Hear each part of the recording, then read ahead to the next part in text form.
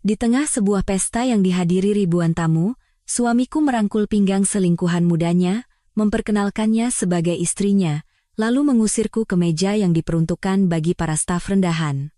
Wanita itu menyeringai dan berkata, "Kakak bahkan tidak pantas menyemir sepatu saya." Aku tersenyum dan melontarkan satu kalimat yang membuat wajah semua orang pucat pasi.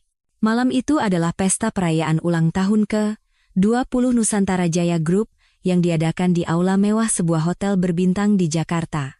Malam itu seharusnya menjadi malam kejayaan suamiku, Bima Prakoso, tetapi aku, Ayu Lestari, istri sahnya, justru mengenakan gaun sutra hijau tua yang modelnya sudah ketinggalan zaman sejak 3 tahun lalu. Kakiku terasa terbakar karena sepatu hak tinggi, tetapi aku tidak berani duduk. Tak ada satupun kursi yang disediakan untukku di sini. Semua sorotan lampu dan tatapan mata tertuju ke tengah aula. Di sana, Bima Prakoso, dalam setelan jas yang dijahit sempurna, merangkul pinggang seorang wanita muda yang cantik. Dia adalah Riana Sari, sekretaris baru Bima. Rambutnya bergelombang seperti ombak, dan gaun tup-top merahnya membungkus tubuhnya yang sensual. Bima memperkenalkannya satu persatu kepada para mitra bisnis pentingnya. Dengan suara lembut yang belum pernah kudengar selama 10 tahun terakhir, ia berkata, "Perkenalkan, istri saya, Riana." Istri. Dua kata itu menusuk jantungku bagai belati. Tetapi aku tidak bisa menangis. Aku sudah terbiasa. Selama setahun terakhir, aku sudah terbiasa diperlakukan seperti hantu di rumahku sendiri, terbiasa dengan suamiku yang berselingkuh secara terang-terangan. Namun, aku tidak pernah menyangka ia akan melakukan ini di depan ribuan pasang mata. Aku menundukkan kepala, berharap tidak ada yang mengenaliku, tetapi takdir sepertinya ingin mempermainkanku. Setelah berkeliling, Bima dan Riana berjalan lurus menuju meja VIP nomor 1, meja yang telah disiapkan panitia untukku. Itu adalah satu-satunya kursi yang diperuntukkan bagi istri direktur utama. Aku sempat duduk di sana saat pesta baru dimulai, sebelum aku menyadari betapa tidak tahu malunya suamiku. Bima melihatku. Keterkejutan di matanya dengan cepat berubah menjadi jengkel dan dingin. Bukannya berbicara padaku, ia memanggil manajer acara yang berada di dekatnya. Suaranya cukup keras hingga membuat seluruh area VIP hening. "Siapa yang menyuruh istri saya duduk di sini? Meja ini untuk mitra-mitra terpenting kita. Kamu bahkan tidak bisa mengatur tempat duduk dengan benar." Manajer muda itu gemetar, wajahnya pucat pasi. "Maaf, Pak Bima. Tapi kursi ini memang untuk Ibu Ayu." "Istriku ada di sampingku," potong Bima, lalu mengeratkan rangkulannya di pinggang Riana. Seluruh aula menahan napas. Ratusan pasang mata menatapku, campuran antara kasihan, penasaran, dan kepuasan. Darah di tubuhku terasa membeku. Bima menatapku tanpa emosi, seolah aku adalah penghalang yang menyebalkan. Ia menunjuk sebuah meja di sudut paling jauh, dekat pintu masuk toilet, tempat para petugas kebersihan dan keamanan sedang makan malam dengan tergesa-gesa. "Kamu duduk di sana saja," katanya dengan nada memerintah. "Jangan mengganggu tamu-tamu berhargaku." Aku membeku di tempat, terpaku. Musik yang tadinya mengalun merdu kini terdengar menusuk telinga. Semua suara di sekitarku menjauh, hanya menyisakan dengungan di telingaku. Ratusan pasang mata seolah menembus tubuhku. Setiap tatapan terasa seperti jarum yang mencabik-cabik kemalanganku yang kini terpampang di depan umum. Aku pernah membayangkan adegan ini, tetapi mengalaminya secara langsung ternyata jauh lebih memalukan dari yang bisa kubayangkan. Saat itulah, Riana, yang tadinya bersandar manja di bahu Bima, melepaskan diri dan berjalan ke arahku. Gerakannya anggun seperti kucing, dan gaun merahnya yang menyala seolah membakar sisa kesabaranku. Ia berhenti di depanku dengan senyum angkuh. "Kak Ayu," suara Riana semanis madu, tetapi setiap katanya setajam silet. "Pak Bima sudah menyiapkan tempat untuk kakak. Duduk saja di sana. Di sini terlalu sesak, tidak cocok untuk kakak." Pandanganku tanpa sadar tertuju pada lehernya. Di bawah cahaya lampu kristal, sebuah kalung berlian berkilauan dengan menyilaukan. Jantungku serasa jatuh. Aku mengenalinya. Itu bukan perhiasan biasa. Bulan lalu, Bima pulang dan mengatakan perusahaan sedang butuh dana darurat. Ia memohon padaku untuk menjual 1 set perhiasan berlian warisan terakhir dari almarhumah ibuku. Ia berjanji akan menebusnya kembali dalam sebulan. Aku mempercayainya. Aku menjual kenangan berharga dari ibuku. Dan sekarang, uang itu melingkar di leher selingkuhannya, menjadi senjata untuk menghinaku. Seolah menyadari tatapanku, Riana menyentuh kalungnya dengan provokatif. Cantik, kan, Kak? Pak Bima bilang ini dirancang khusus hanya untukku. Katanya, hanya aku yang pantas memilikinya. Ia melirik gaun usangku, lalu mencibir. Dengan penampilan seperti itu, kakak tidak pantas duduk di meja VIP. Aku mengepalkan tangan begitu erat hingga kuku-kukuku menancap ke telapak tangan, mengeluarkan darah. Aku harus menahannya. Drama ini belum berakhir. Aku tidak boleh hancur di sini. Karena aku diam, Riana menjadi semakin angkuh. Ia mengira aku takut dan sudah kalah total. Ia membungkukkan badan dan berbisik di telingaku dengan suara paling jahat yang hanya bisa kami berdua dengar. Tahu kenapa Pak Bima mengusir kakak? Karena kakak bahkan tidak pantas membawa sepatuku. Keheningan yang mencekam menyelimutiku. Darah di sekujur tubuhku seolah berhenti mengalir. Amarah, rasa sakit.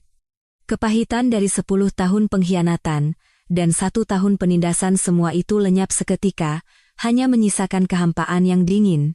Ia benar. Di mata Bima, aku sekarang lebih rendah dari seorang pelayan. Ratusan pasang mata masih mengawasiku. Mereka menunggu.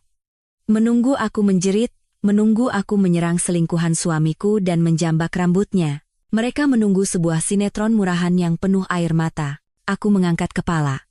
Kutatap lurus mata Riana. Dan untuk pertama kalinya malam itu, aku tersenyum. Senyumku mungkin adalah hal yang paling tidak diharapkan oleh Riana dan Bima. Bukan senyum bahagia. Bukan pula senyum terpaksa. Itu adalah senyum yang tenang hingga membuat merinding. Sesaat, keangkuhan di wajah Riana membeku, digantikan oleh kebingungan yang tak bisa ia pahami. Ia mundur selangkah, seolah senyumku lebih menakutkan daripada tamparan di pipi. Musik tiba-tiba berhenti.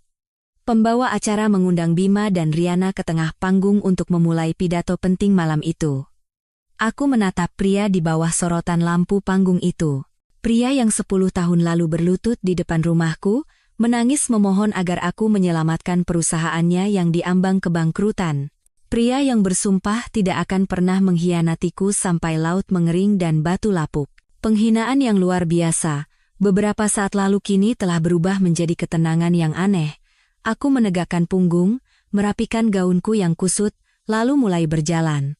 Bukan menuju meja para staf rendahan, melainkan menuju panggung. Setiap langkahku pelan dan mantap.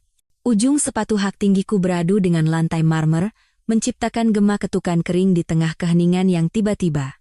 Semua mata tertuju padaku, penuh rasa ingin tahu, keheranan, dan antisipasi. Bima, yang sedang memegang mikrofon, tersentak melihatku mendekat. Ekspresi percaya dirinya lenyap, digantikan oleh amarah dan kepanikan. Ia merendahkan suaranya dan menggeram, "Apa yang kamu lakukan? Cepat turun. Jangan membuat keributan di sini." Aku tidak menatapnya. Seolah ia tidak ada, aku melewatinya dan berjalan lurus ke arah pembawa acara yang berdiri termangu. Dengan lembut, aku mengambil alih mikrofon dari tangannya. Aku menarik napas dalam-dalam, merasakan ribuan tatapan menusukku. Setelah menyapu pandang ke seluruh aula, aku mengunci tatapanku pada wajah Bima yang pucat karena marah. Aku tersenyum sekali lagi. Selamat atas ulang tahun ke-20 Nusantara Jaya Group, suaraku terdengar jernih dan kuat melalui pengeras suara. Aku menatap lurus ke mata Bima dan berkata dengan suara yang masih tenang, "Pak Bima Prakoso, sebelum Anda melanjutkan pidato, izinkan saya menyampaikan satu kabar kecil." Aku berhenti sejenak, membiarkan ketegangan mencapai puncaknya. Saya baru saja mengatur sebuah email untuk terkirim secara otomatis. Isinya adalah semua bukti penggelapan dana sebesar 150 miliar rupiah yang Anda lakukan selama 5 tahun terakhir, lengkap dengan bukti pencucian uang melalui perusahaan cangkang dan penggelapan pajak. Email itu akan terkirim secara serentak ke seluruh anggota Dewan Direksi, Direktorat Jenderal Pajak, dan Bareskrim Polri, 1 jam dari sekarang, kecuali jika saya sendiri yang membatalkannya. Aula itu seketika diliputi keheningan mutlak, begitu pekat hingga bisa dipotong dengan pisau. Semua orang menahan napas. Wajah Bima bukan lagi pucat, tetapi berubah menjadi kelabu seperti abu. Ia tergagap, "Apa maksudmu?" Dalam kepanikannya, ia secara refleks mendorong Riana dengan kasar, seolah wanita itu adalah pembawa sial. Riana, yang tidak siap, terhuyung dan jatuh tersungkur di atas panggung. Gaun merahnya terhampar seperti bunga layu. Bima terhuyung-huyung mendekatiku, tetapi kakinya seolah kehilangan kekuatan. Di depan ribuan tamu, dengan setelan jas mahalnya, ia ambruk di lantai panggung, tepat di bawah kakiku. Aku meletakkan mikrofon di atas meja, dengan tenang berbalik, dan turun dari panggung. Aku tidak menoleh ke belakang untuk melihat kekacauan yang terjadi. Jeritan melengking Riana. Bisik-bisik kerumunan yang semakin keras. Atau pemandangan pria yang pernah menjadi duniaku terkapar di lantai. Aku tidak peduli. Hatiku kini hanyalah sebongkah es yang dingin. Aku berjalan melewati kerumunan yang terbelah seperti lautan Nabi Musa dan keluar dari hotel. Di belakangku, sebuah surga baru saja runtuh berkeping-keping. Malam Jakarta masih gemerlap dengan cahaya lampu, tetapi di mataku, semua itu hanyalah jejak cahaya kabur tanpa fokus. Aku menghentikan taksi dan menyebutkan alamat sebuah villa mewah di kawasan Pondok Indah, tempat yang pernah orang sebut sebagai surga kami. Saat mobil bergerak menjauhkanku dari kekacauan, aku menyandarkan kepala di kaca jendela yang dingin, menatap gedung-gedung pencakar langit yang berlalu seperti film gerak lambat. 10 tahun. 10 tahun pernikahan kini terasa seperti mimpi panjang. Aku teringat saat kami baru menikah. Saat itu, Nusantara Jaya Group hanyalah sebuah perusahaan rintisan kecil dengan kantor di sebuah ruko sempit.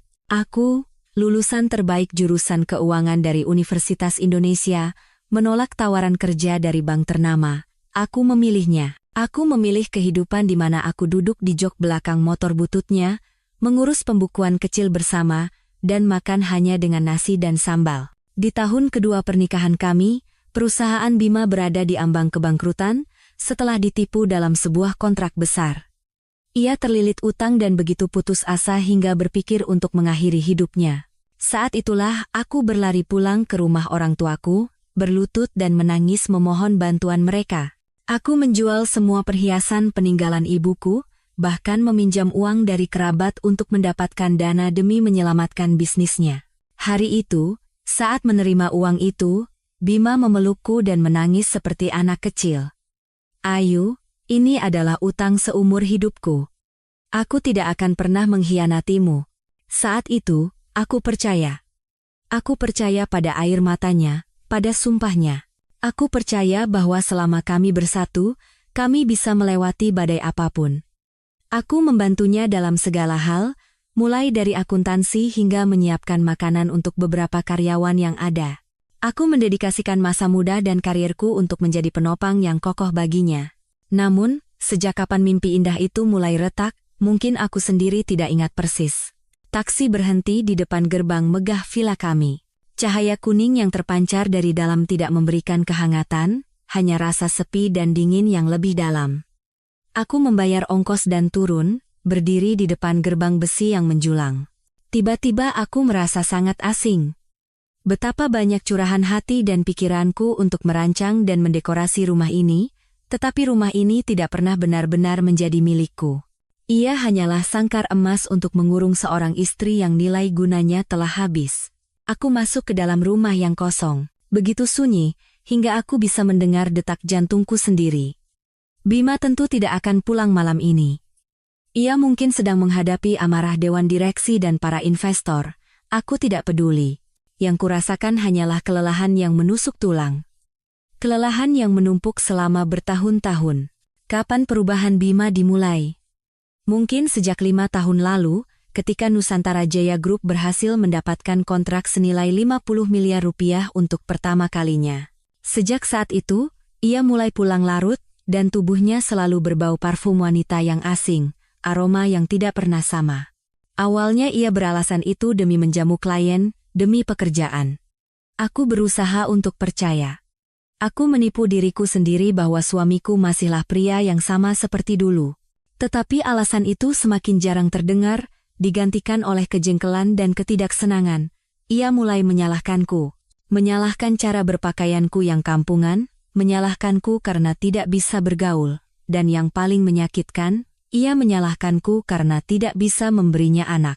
Saat itulah ibu mertuaku, Ibu Sumarni, datang dari kampung dan tinggal bersama kami. Ia datang bukan untuk merawat anak, melainkan seolah bersekutu dengan putranya untuk menyerangku. Ia bercerita ke seluruh tetangga bahwa aku adalah perempuan mandul. Setiap kali makan, ia akan menghela napas menatapku, lalu menoleh pada Bima dan berkata dengan penuh arti, "Kasihan sekali keluarga kita ini. Bima sudah begitu sukses dan pintar, tapi tidak punya anak untuk meneruskan keturunan. Kalau perempuan sudah tidak bisa punya anak, badannya pasti rusak. Bagaimana bisa menjaga suami?" Kata-katanya adalah pisau beracun yang menusuk harga diriku, tetapi yang lebih menyiksaku adalah sikap Bima. Ia diam. Keheningannya adalah persetujuan. Ia menjadikan kata-kata ibunya sebagai alasan sempurna untuk perselingkuhannya. Ia mulai menginap di luar secara terang-terangan dan tidak lagi menyembunyikan hubungan-hubungannya. Lalu, Riana Sari muncul. Seorang sekretaris yang muda, cantik, dan yang terpenting, tahu cara menyenangkannya. Bima membawa Riana ke perusahaan, memberinya posisi yang tidak sesuai dengan kemampuannya, dan sejak saat itu, nerakaku dimulai secara resmi. Ia tidak lagi bersembunyi. Ia dengan bangga membawa Riana bertemu mitra bisnis, membelikannya barang-barang mewah yang bahkan tidak berani kuimpikan. Ia bahkan membawa wanita itu ke rumah ini saat aku sedang dinas keluar kota. Aku berkali-kali bertanya pada diri sendiri, mengapa aku tidak bisa punya anak? Kami sudah memeriksakan diri ke beberapa rumah sakit besar. Dokter mengatakan kami berdua sama-sama sehat dan tidak ada masalah apapun. Tetapi entah kenapa, setelah bertahun-tahun, aku tidak kunjung hamil. Setiap kali memegang hasil USG yang bertuliskan tidak ditemukan kelainan, aku merasa sangat putus asa. Dan keputusasaan itu menjadi amunisi bagi Bima dan ibunya untuk menyalahkanku. Setahun yang lalu, pada suatu sore yang hujan, aku sedang merapikan gudang yang penuh dengan barang-barang lama. Di antara tumpukan kardus usang, buku-buku dan dokumen yang warnanya telah pudar, aku menemukan sebuah ponsel. Ponsel model lama yang pernah digunakan Bima beberapa tahun lalu, kukira ia sudah lama membuangnya, entah karena penasaran atau firasat, aku mengisi dayanya, ponsel itu masih berfungsi. Aku membuka kotak pesannya. Dan saat itu juga, duniaku runtuh sepenuhnya. Di dalamnya tersimpan ratusan pesan yang Bima kirim dan terima dari Riana sejak mereka baru mulai berhubungan. Bisikan-bisikan manis dan pengakuan cinta yang membara yang belum pernah ia ucapkan padaku. Tetapi itu bukan yang terburuk. Aku terus menggulir ke bawah hingga membaca sebuah pesan yang membuat jantungku serasa berhenti berdetak. Bima menulis, "Sayang, sabar sedikit lagi ya. Begitu semua aset perusahaan berhasil aku pindahkan ke rekening luar negeri atas nama kita berdua, aku akan langsung usir perempuan mandul itu. Saat itu, posisi Nyonya Nusantara Jaya Group resmi jadi milikmu. Aku janji." Riana membalas, "Terus rumah itu gimana?" "Aku nggak mau tinggal di rumah yang ada bekas jejak perempuan itu."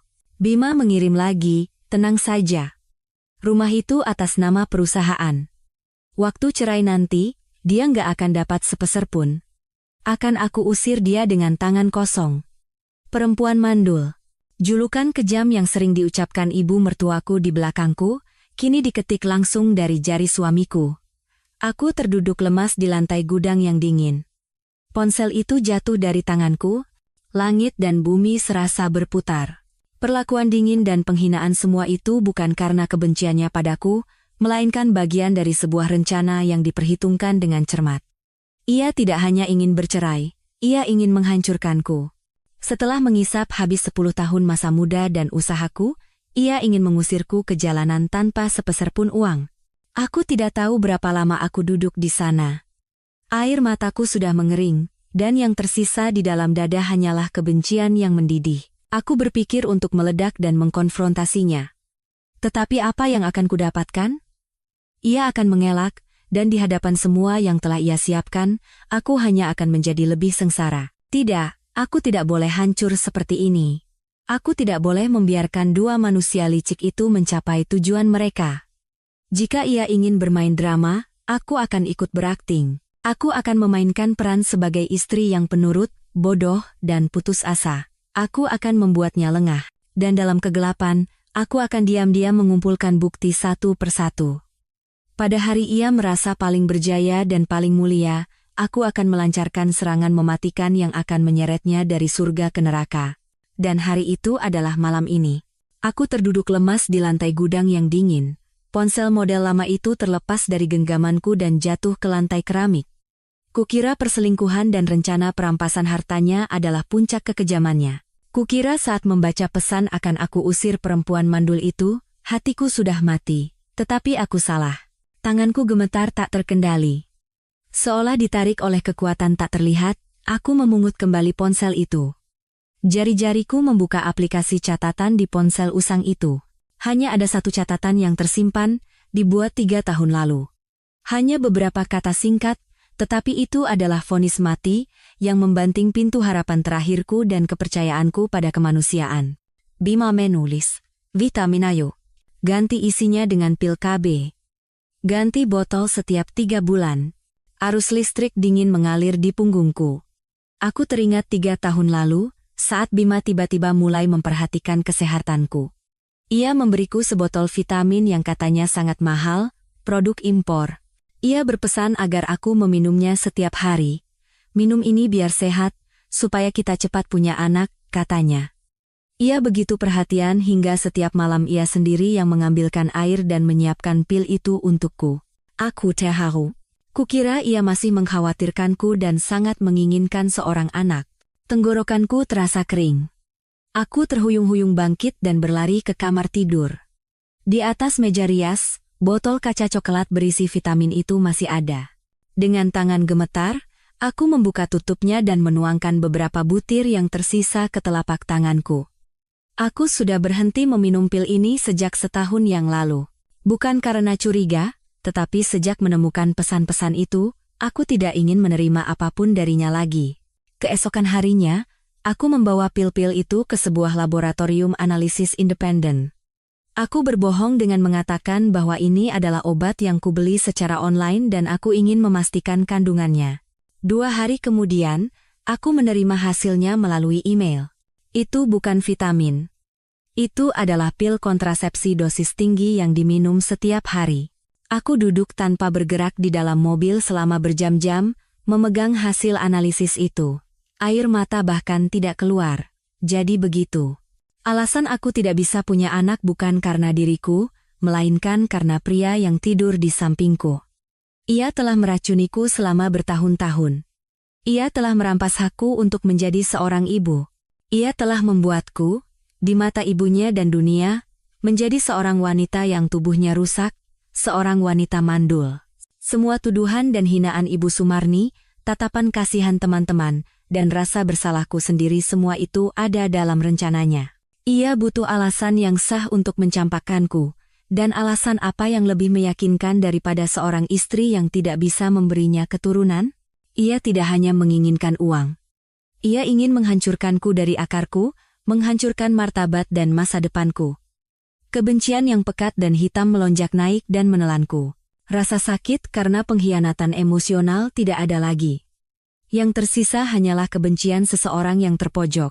Sore itu, setelah mengetahui kebenaran yang mengerikan itu, aku pulang ke rumah. Bima dan Ibu Sumarni sedang menonton TV di ruang keluarga. Melihatku pulang, Ibu Sumarni kembali memulai lagu lamanya. "Baru pulang jam segini? Percuma kamu berdoa dimanapun. Kalau sudah takdirnya." Sebelum ia menyelesaikan kalimatnya, aku jatuh tersungkur di lantai di hadapan mereka. Aku tidak berteriak. Aku hanya menangis. Menangis terseduh-seduh, seperti belum pernah menangis sebelumnya. Aku menangisi kebodohanku, menangisi 10 tahun masa mudaku yang terinjak-injak. Tetapi di mata mereka, itu pastilah air mata keputusasaan dan penerimaan takdir. Bima dan Ibu Sumarni tampak terkejut sejenak, tetapi kemudian aku melihat mereka saling bertukar pandang penuh kepuasan. Sandiwaraku secara resmi dimulai. Sejak hari itu, Aku menjadi orang yang berbeda. Aku bukan lagi Ayu Lestari, magister keuangan yang cerdas. Aku adalah perempuan mandul, bayangan yang melayang seperti hantu di rumahku sendiri. Aku tidak lagi merias wajah atau berbelanja. Aku hanya mengenakan pakaian berwarna kusam dan usang, dan rambutku selalu acak-acakan. Aku mulai menjadi vegetarian dan sering melantunkan doa-doa. Aku berkata pada Bima bahwa aku sudah menerima takdir dan tidak lagi mengharapkan apa-apa, hanya ingin diizinkan tinggal di rumah ini untuk merawat abu leluhur. Bima dan Ibu Sumarni tidak bisa menyembunyikan kegembiraan mereka. Mereka benar-benar lengah. Ibu Sumarni berkata pada tetangga, Ayu sekarang sudah tahu diri.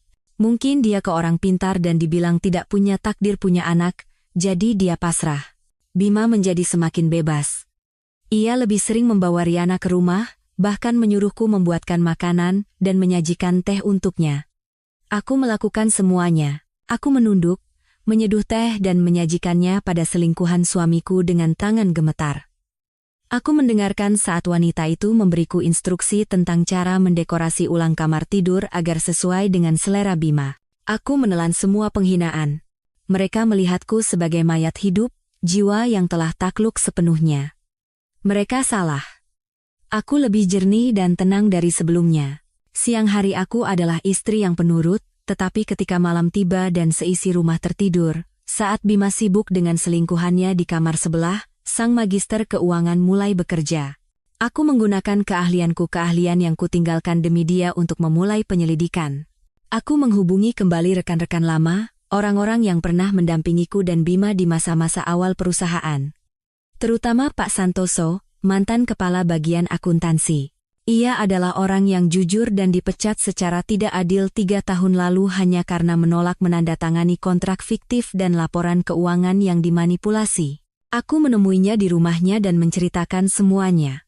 Pak Santoso memukul meja dan berkata, "Saya tahu si Bima itu bukan orang baik, tenang saja, Bu Ayu. Saya masih menyimpan beberapa hal. Dia pikir memecat saya adalah akhir dari segalanya, tapi dia salah besar." Pak Santoso dan beberapa rekan lama dari tim keuangan yang memiliki dendam yang sama terhadap si pengkhianat itu diam-diam membantuku. Kami bekerja selama setahun penuh. Setahun yang kuhabiskan di neraka. Siang hari aku berakting gila dan bodoh, malam hari aku bekerja seperti detektif. Kami membongkar satu persatu alur dana, proyek fiktif, dan perusahaan cangkang yang didirikan Bima untuk mencuci uang dan memindahkan aset ke luar negeri. Angka 150 miliar rupiah itu ternyata jauh lebih besar. Aku menunggu. Setahun penuh aku menunggu, menahan segala macam penghinaan. Menunggu hari di mana ia berada di puncak kejayaannya, hari paling bahagia bersama kekasihnya. Dan malam ini, pesta ulang tahun ke-20 grup, adalah panggung yang paling sempurna untukku memberikan hadiah kejutan itu padanya. Aku kembali ke villa pukul 1 dini hari. Rumah masih sunyi dan dingin. Aku tidak menyalakan lampu ruang keluarga, membiarkan kegelapan memelukku. Aku tidak lelah. Sebaliknya, aku merasakan kelegaan yang aneh. Drama yang berlangsung selama setahun akhirnya akan segera berakhir. Aku telah memainkan peranku dengan baik. Aku menyeduh secangkir teh krisan, duduk di sofa, dan menyalakan tablet. Aku tidak perlu menunggu lama. Pukul 01.30, media-media ekonomi besar serentak meledak. Pesta ulang tahun ke-20 Nusantara Jaya Group berakhir ricuh. Direktur utama Bima Prakoso pingsan di lokasi setelah penggelapan dana terbongkar. Runtuhnya sebuah mitos, saham Nusantara Jaya Group diprediksi anjlok begitu pasar dibuka. Istri atau penghancur? Siapakah sosok Ayu Lestari?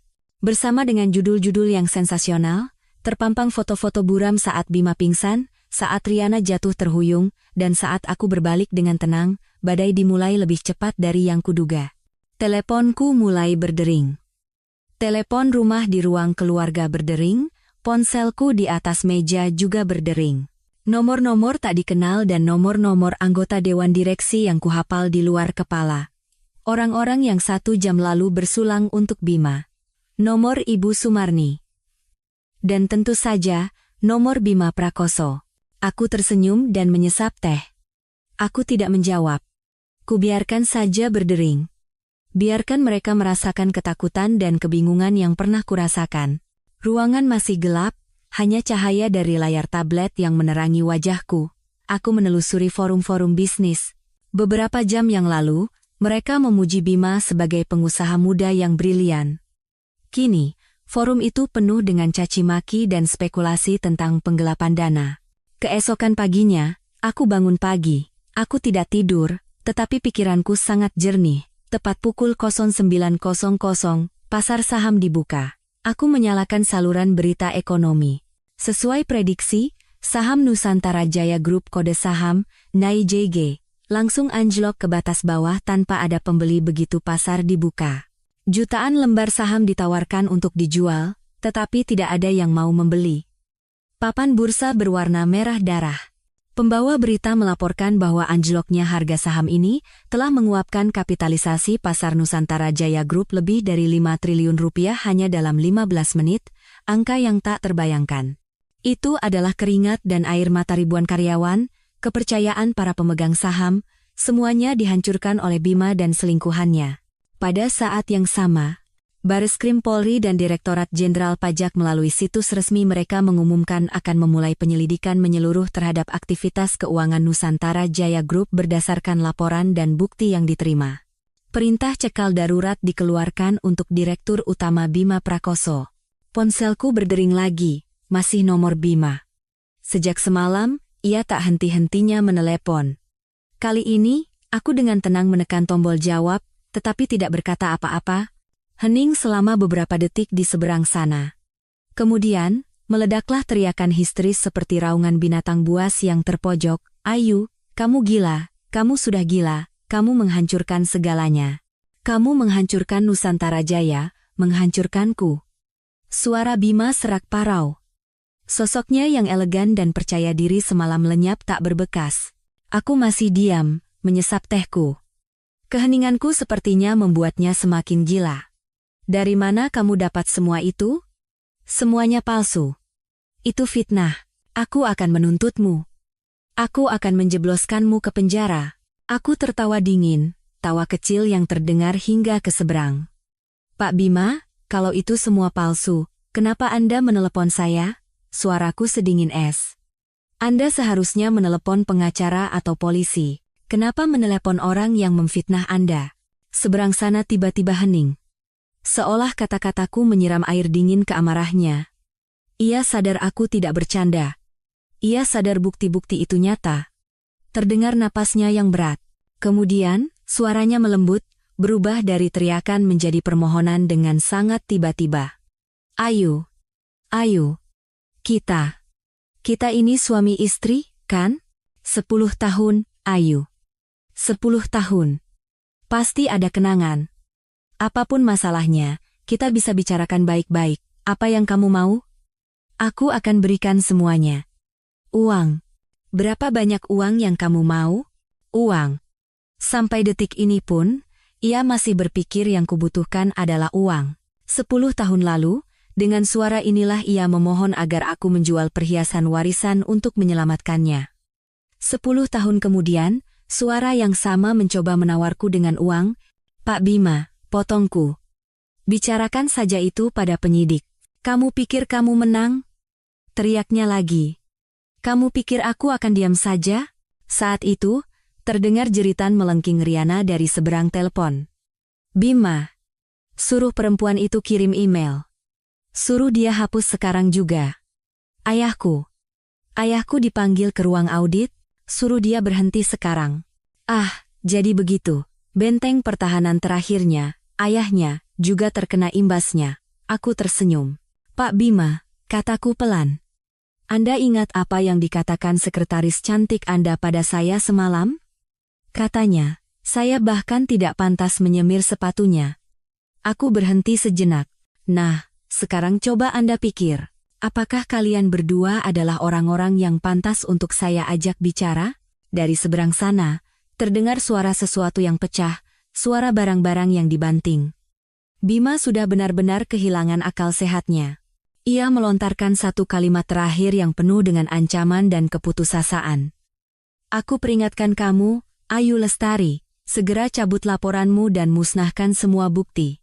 Kalau tidak, akan kubuat kamu lenyap dari Jakarta ini. Kamu mau mati? Anda mengancam saya? Aku masih mempertahankan nada suaraku yang tenang. Sebaiknya Anda tahu, Pak Bima.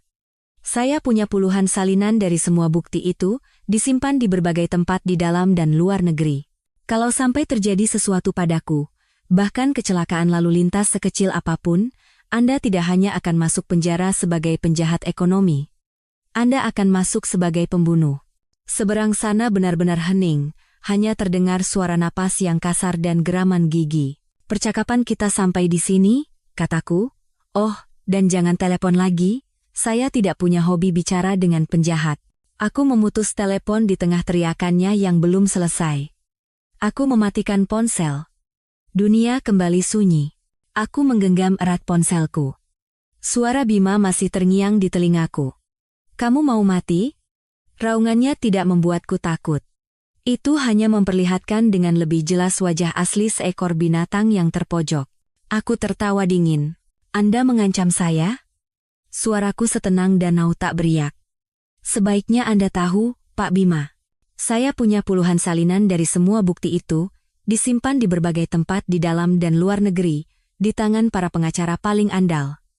Aku menekankan setiap kata.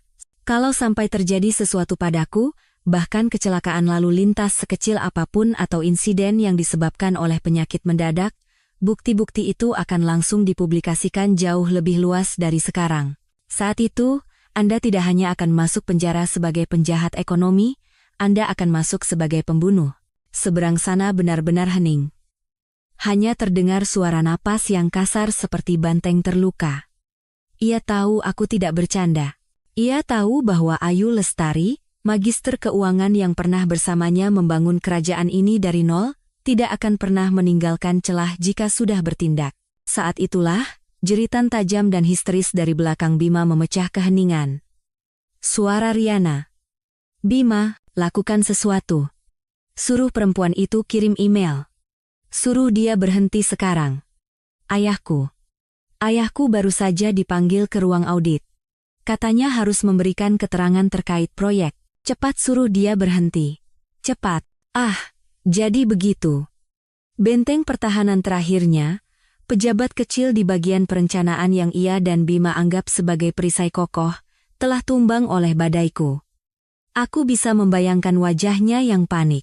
Selama ini ia angkuh padaku, tetapi di hadapan kekuasaan sejati, ia hanyalah boneka yang talinya putus. Terdengar suara Bima membentaknya, diam kamu, tidak berguna. Lalu ia kembali padaku. Suaranya sudah kehilangan semua kesabaran, hanya tersisa keputusasaan. Ayu, aku mohon. Berapa yang kamu mau? 50 miliar? 100 miliar? Sebutkan saja angkanya. Maafkan aku sekali ini saja. Aku tertawa terbahak-bahak. Kali ini tawa yang lebih keras. Pak Bima, apa Anda masih belum mengerti?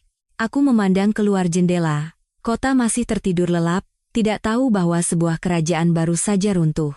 Anda ingat apa yang dikatakan sekretaris cantik Anda pada saya semalam? Katanya, saya bahkan tidak pantas menyemir sepatunya. Aku berhenti sejenak, membiarkan keheningan memanjang. Nah, sekarang coba Anda pikir, kataku perlahan. Apakah kalian berdua adalah orang-orang yang pantas untuk saya ajak bicara?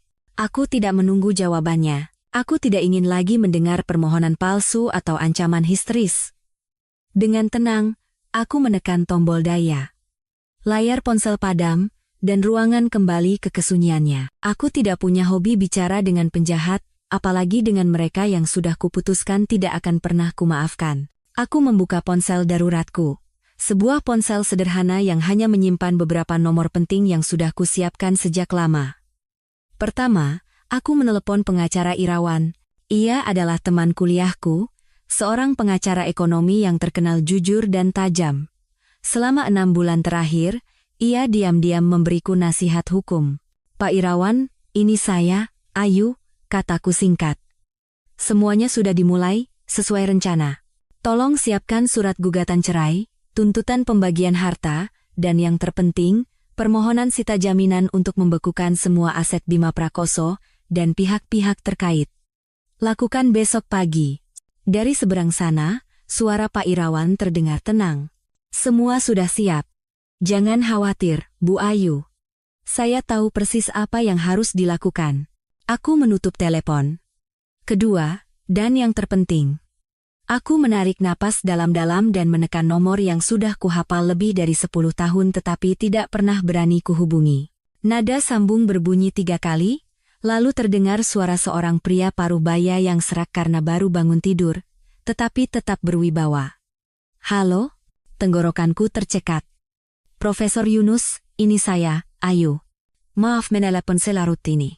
Hening selama beberapa detik, lalu suaranya menjadi sangat jernih. Ayu?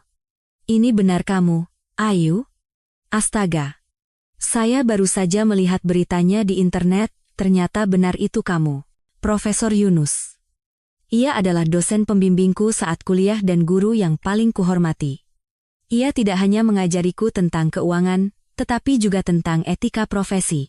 Beberapa tahun lalu, saat aku masih menjadi mahasiswi terbaiknya, beliau tersandung skandal akademis plagiarisme, yang didalangi oleh rekannya yang iri. Semua orang menjauhinya, bahkan pihak universitas pun lepas tangan, hanya aku yang percaya beliau tidak bersalah. Aku begadang selama 2 minggu, menelaah ribuan halaman data dan menganalisis semuanya hingga menemukan bukti kuat bahwa beliau difitnah dan berhasil membuka kedok pelakunya. Beliau berkata, tidak akan pernah melupakan jasaku. Setelah itu, namanya bersih dan beliau pindah menjadi penasihat senior di Direktorat Jenderal Pajak. Sebuah posisi yang berwibawa, tetapi sangat bersih. Iya, Prof, ini saya, kataku, menahan emosi. Saya sedang dalam masalah besar. Saya butuh bantuan Profesor. Bukan untuk saya, tetapi untuk kebenaran. Suara Profesor Yunus menjadi tegas. Saya tahu. Si Bima itu, saya tahu suatu saat akan seperti ini. Dia terlalu cepat naik, terlalu serakah. Kamu di mana sekarang? Kamu aman? Saya aman, Prof. Jangan khawatir. Semua bukti ada di tangan saya. Tetapi saya tidak tahu harus mulai dari mana agar mereka tidak bisa lolos. Tenanglah, kata Profesor dengan nada menenangkan. Apa yang kamu lakukan malam ini memang sedikit nekat, tetapi itu adalah guncangan yang diperlukan untuk menggerakkan segalanya. Sekarang, semua harus ditangani sesuai prosedur. Besok pagi jam 9, datanglah ke kafe di gang toko buku bekas dekat kampus kita dulu, tempat kita biasa bertemu. Bawa semua dokumenmu. Tahu tempatnya, kan? Kita bicara detail di sana. Saya punya utang besar padamu, Ayu. Biarkan kali ini saya yang membayarnya. Aku menutup telepon, tiba-tiba air mataku tumpah. Air mata pertama yang kuteteskan malam ini. Bukan air mata sakit hati atau penghinaan, tetapi air mata syukur. Di dunia yang gelap dan penuh pengkhianatan ini, masih ada orang-orang seperti Profesor Yunus. Kebaikan dan keadilan masih ada. Malam itu aku tidak tidur.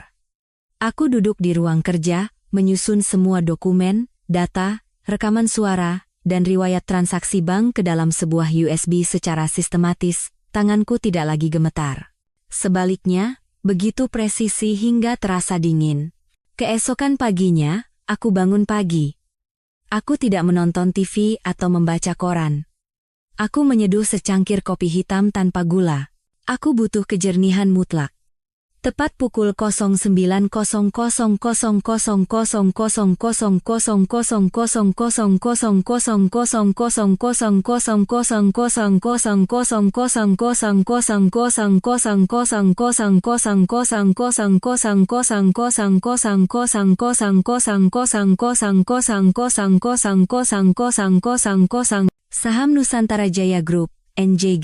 09.00000000000000000000000000000000000000000000000000000000000000000000000000000000000000000000000000000000000000000000000000000000000000000000000000000000000000000000000000000000000000000000000000000000000000000000000000000000000000000000000000000000000000000000000000000000000000000000000000000000000000000000000000000000000000000000000000000000000000000000000000000000000000000000000000000000000000000000000000000000000000000000000000000000000000000000000000000000000000000000000000000000000000000000000000000000000000000000000000000000000000000000 sejak detik pertama pasar dibuka. Puluhan juta lembar saham ditawarkan untuk dijual di harga terendah, tetapi kolom beli kosong melompong. Tidak ada yang mau menangkap pisau jatuh. Hanya dalam beberapa menit, kapitalisasi pasar perusahaan raksasa itu menguap ratusan miliar rupiah. Aku menatap angka-angka yang menari di layar, tetapi tidak ada rasa puas, hanya rasa prihatin.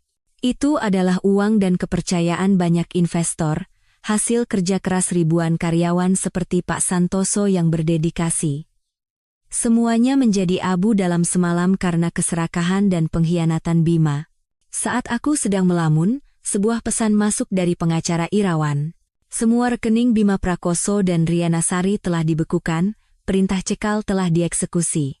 Begitu aku mematikan tablet, bel pintu berbunyi.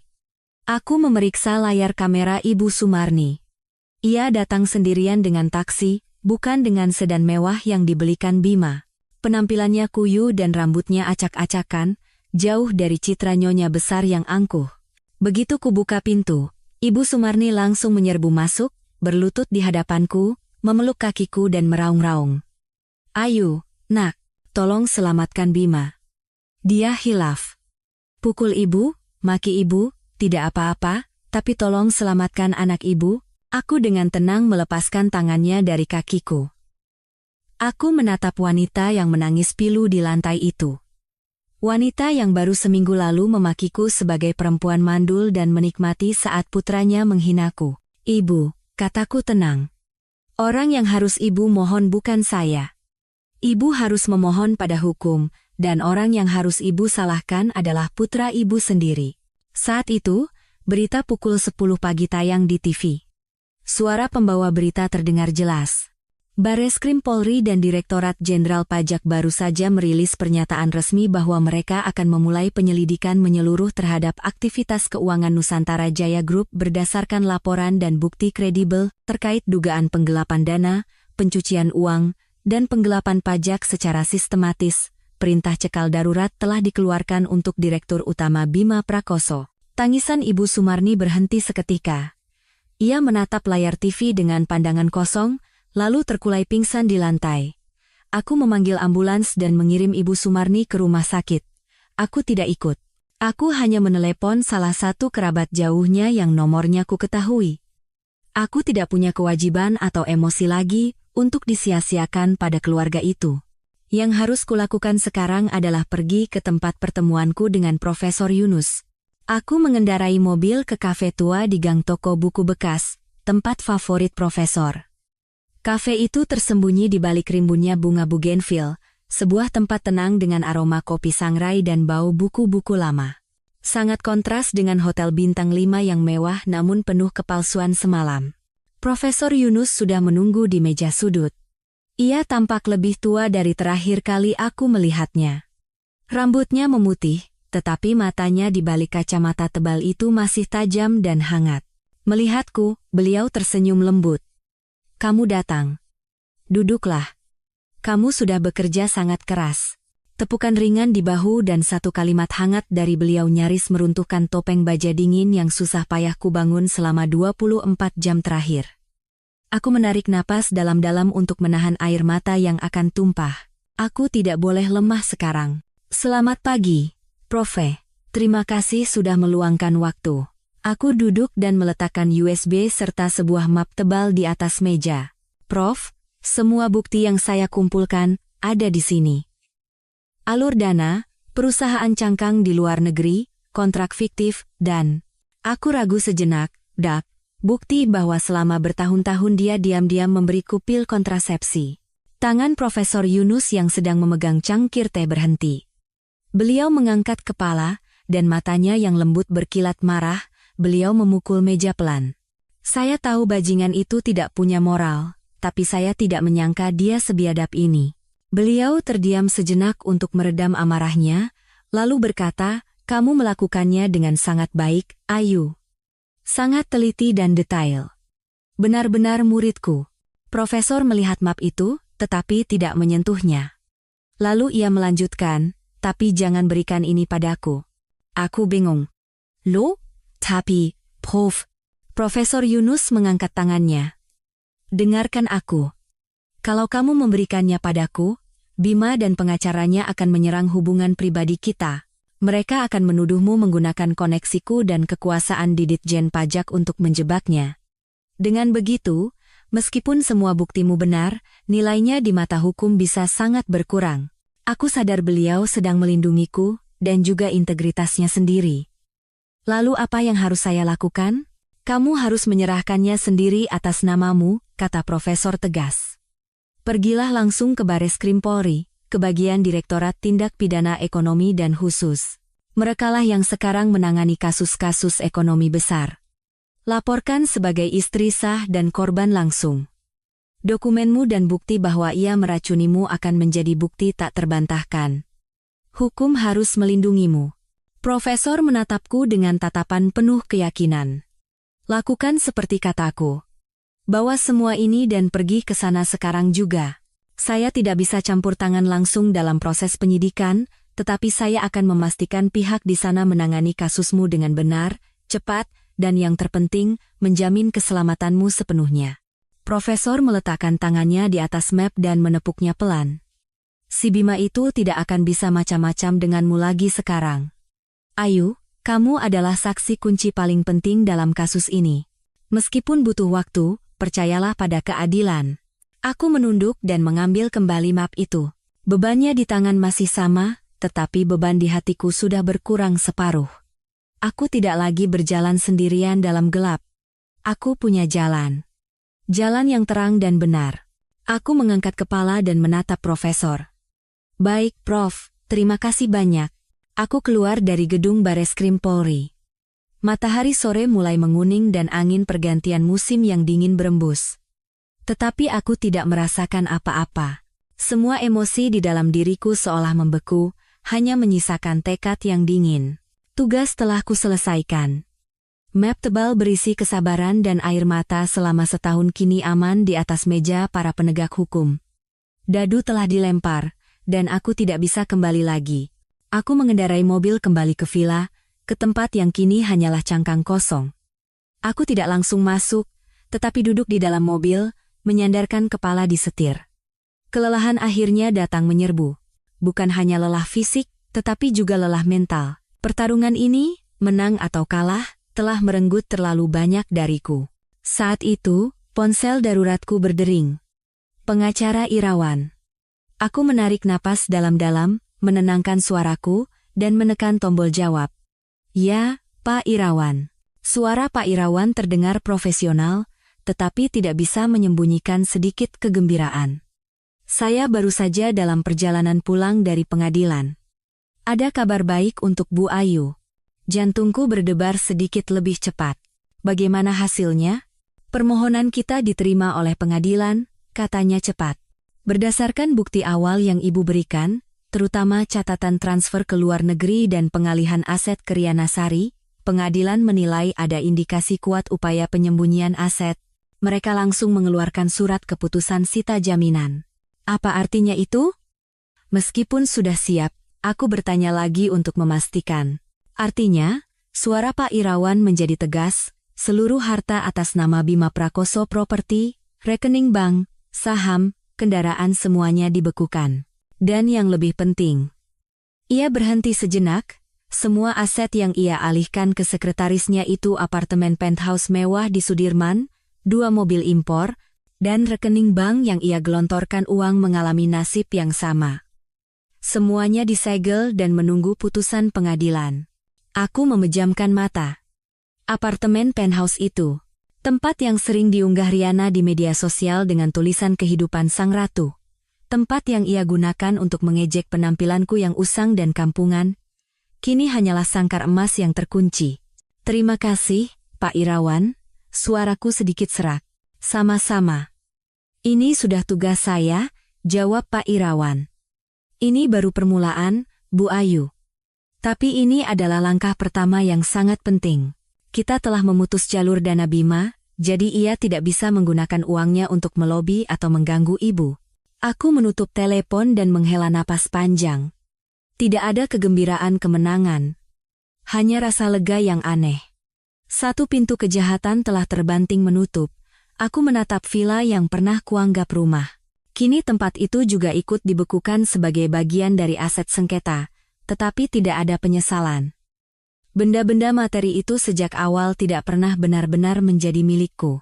Kabar bahwa seluruh aset Bima Prakoso dibekukan menyebar lebih cepat dari api. Dunia keuangan gempar, dan para pemegang saham Nusantara Jaya Group cemas, ponsel daruratku mulai berdering lagi. Tapi kali ini bukan telepon ancaman atau permohonan, melainkan nomor-nomor yang sama sekali tidak kukenal. Aku ragu sejenak, lalu mengangkatnya. Halo? Apakah ini dengan Ibu Ayu Lestari, istri dari Pak Bima? Terdengar suara pria tua yang berwibawa. Suara yang penuh hormat, tetapi tersirat urgensi. Betul. Dengan siapa saya bicara? Bu Ayu, saya Wardoyo, kata pria itu. Pak Wardoyo, mungkin Ibu tidak ingat, tapi saya adalah salah satu orang yang ikut mendirikan Nusantara Jaya Group bersama almarhum ayah Ibu, Pak Wardoyo. Jantungku berdesir pelan. Bagaimana mungkin aku lupa? Pak Wardoyo adalah sahabat karib ayahku, seorang insinyur yang brilian dan jujur. Dulu, beliau dan ayahku mempertaruhkan seluruh harta mereka untuk mendirikan Nusantara Jaya bersama Bima. Tetapi setelah ayah meninggal, Bima dengan licik membeli saham Pak Wardoyo dengan harga murah dan menendangnya keluar dari perusahaan yang sudah dianggap seperti anaknya sendiri. Ya, saya ingat, Pak Wardoyo. Apa kabar, Pak? Sehat? Suaraku terdengar penuh emosi. Saya baik-baik saja, Pak Wardoyo tertawa getir. Hanya sudah tua dan tidak menyangka akan melihat hari seperti ini. Ayu, suara Pak Wardoyo menjadi serius. Saya meneleponmu pertama-tama untuk mengucapkan terima kasih. Terima kasih karena sudah berani membongkar kedok si Bima itu. Dia sudah keterlaluan.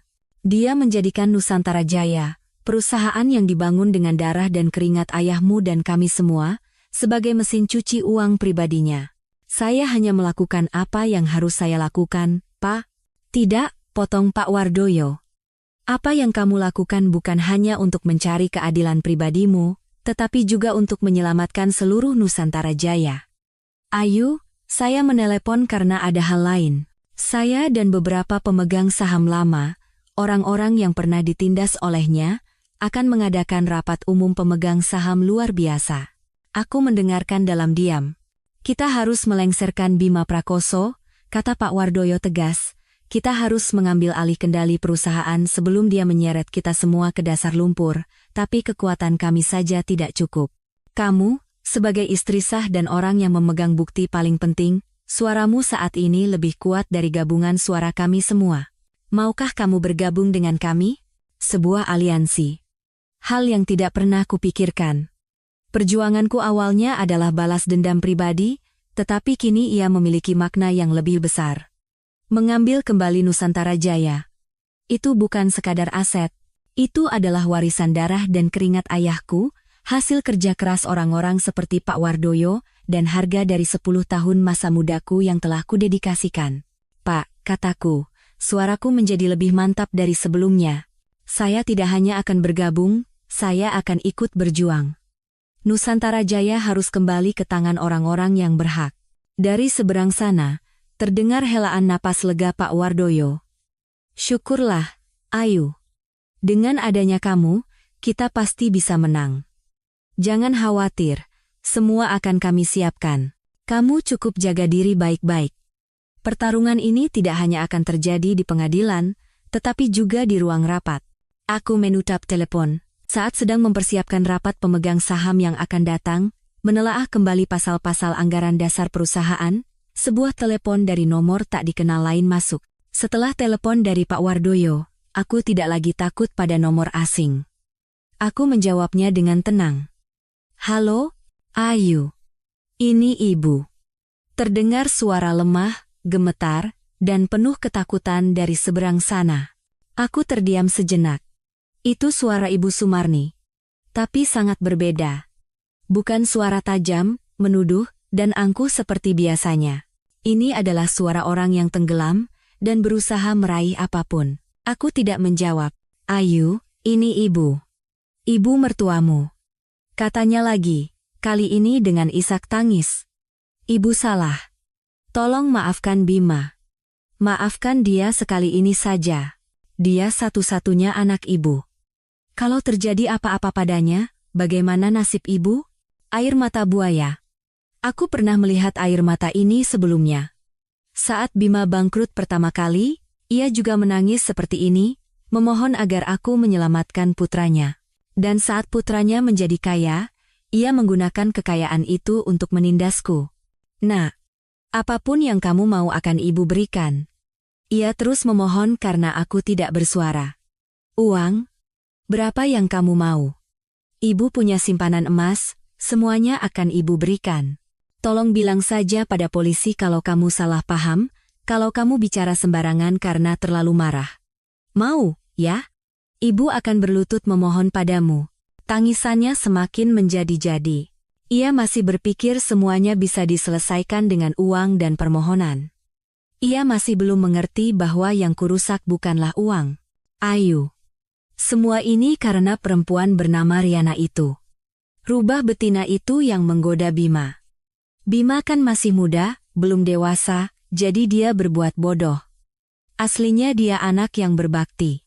Kamu kan sudah jadi istrinya bertahun-tahun, pasti tahu. Tolonglah, nak, selamatkanlah keluarga ini. Keluarga. Ia masih punya keberanian untuk menyebut kata itu. Keluarga di mana aku diperlakukan lebih rendah dari pembantu.